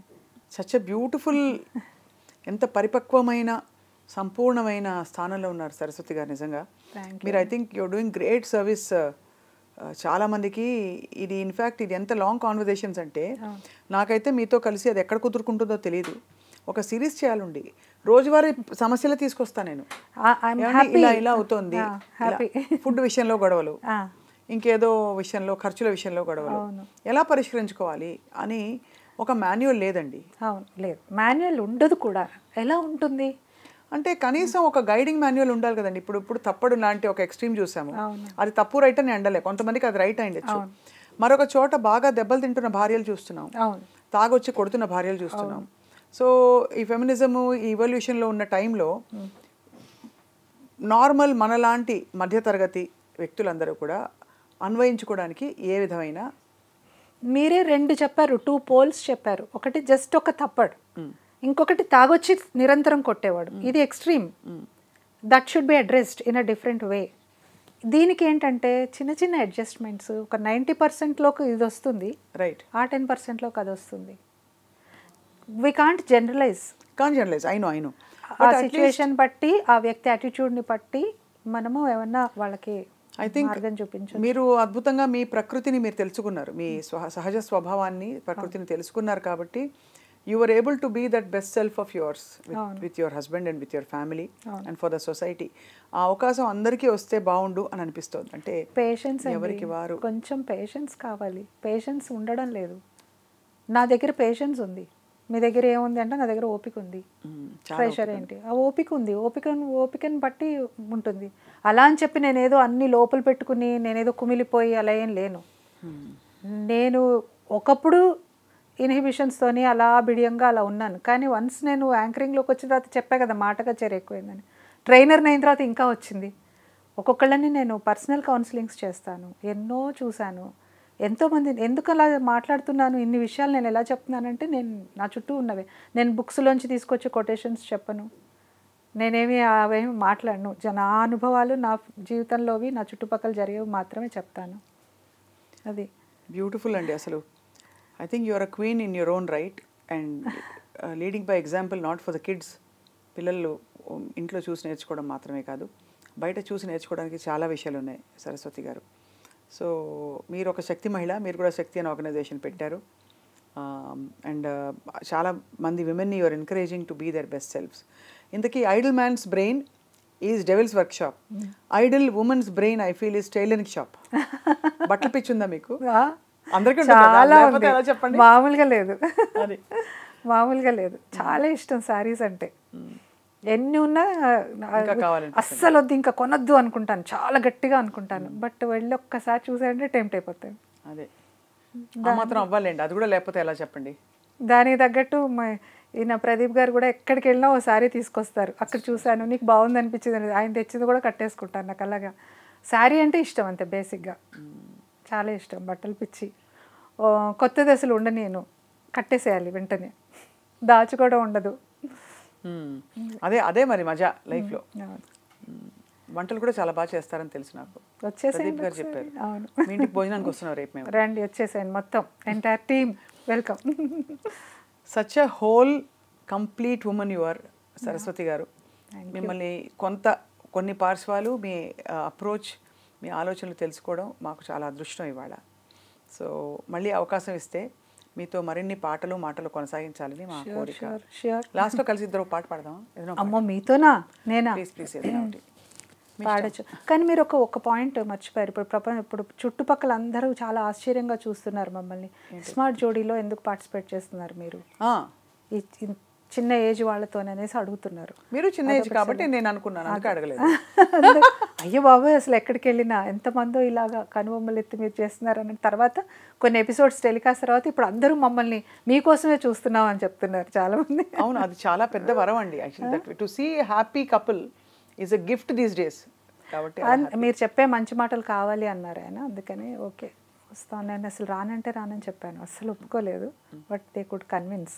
ప్రదీప్ గారికి ఇష్టం బాగా, ఆయనకి ఇష్టమైనప్పుడు మరి ఇంకా తప్పదుగా, అందుకని ఓకే అన్నాను. సో మీ స్మార్ట్ జోడీ ఎల్లప్పటికీ అలా కళకళలాడుతూ ఉండాలని కోరుకుంటున్నాం. Thank you so much. Pradeep గారికి మీకు మీదే ఒక పాట వింటాను నేను. మాయా మోహము మానదిది శ్రీ అచ్యుతని చిత్తమే కలది, మాయా మోహము మానదిది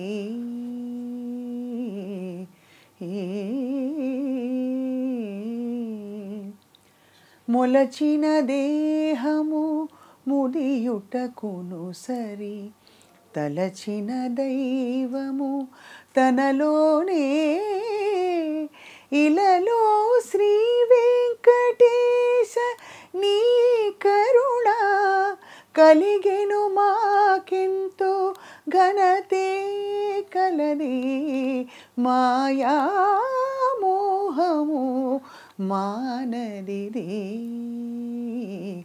శ్రీ అచ్యుతని చిత్తమే కలది.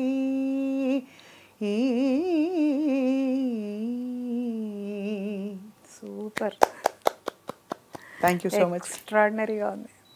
Thank you so much. వెంటనే పాడారు నా కోసం. అయ్యో భలేవారే. Thank you. Great honour, pleasure to meet you and know you more. ఇంకా తెలుసుకోవాలని చాలా ఉన్నాయి, నేను తవ్వి తీస్తాను. Thank you so much. నాకు కూడా ఇంత చక్కటి అవకాశం ఇచ్చారు.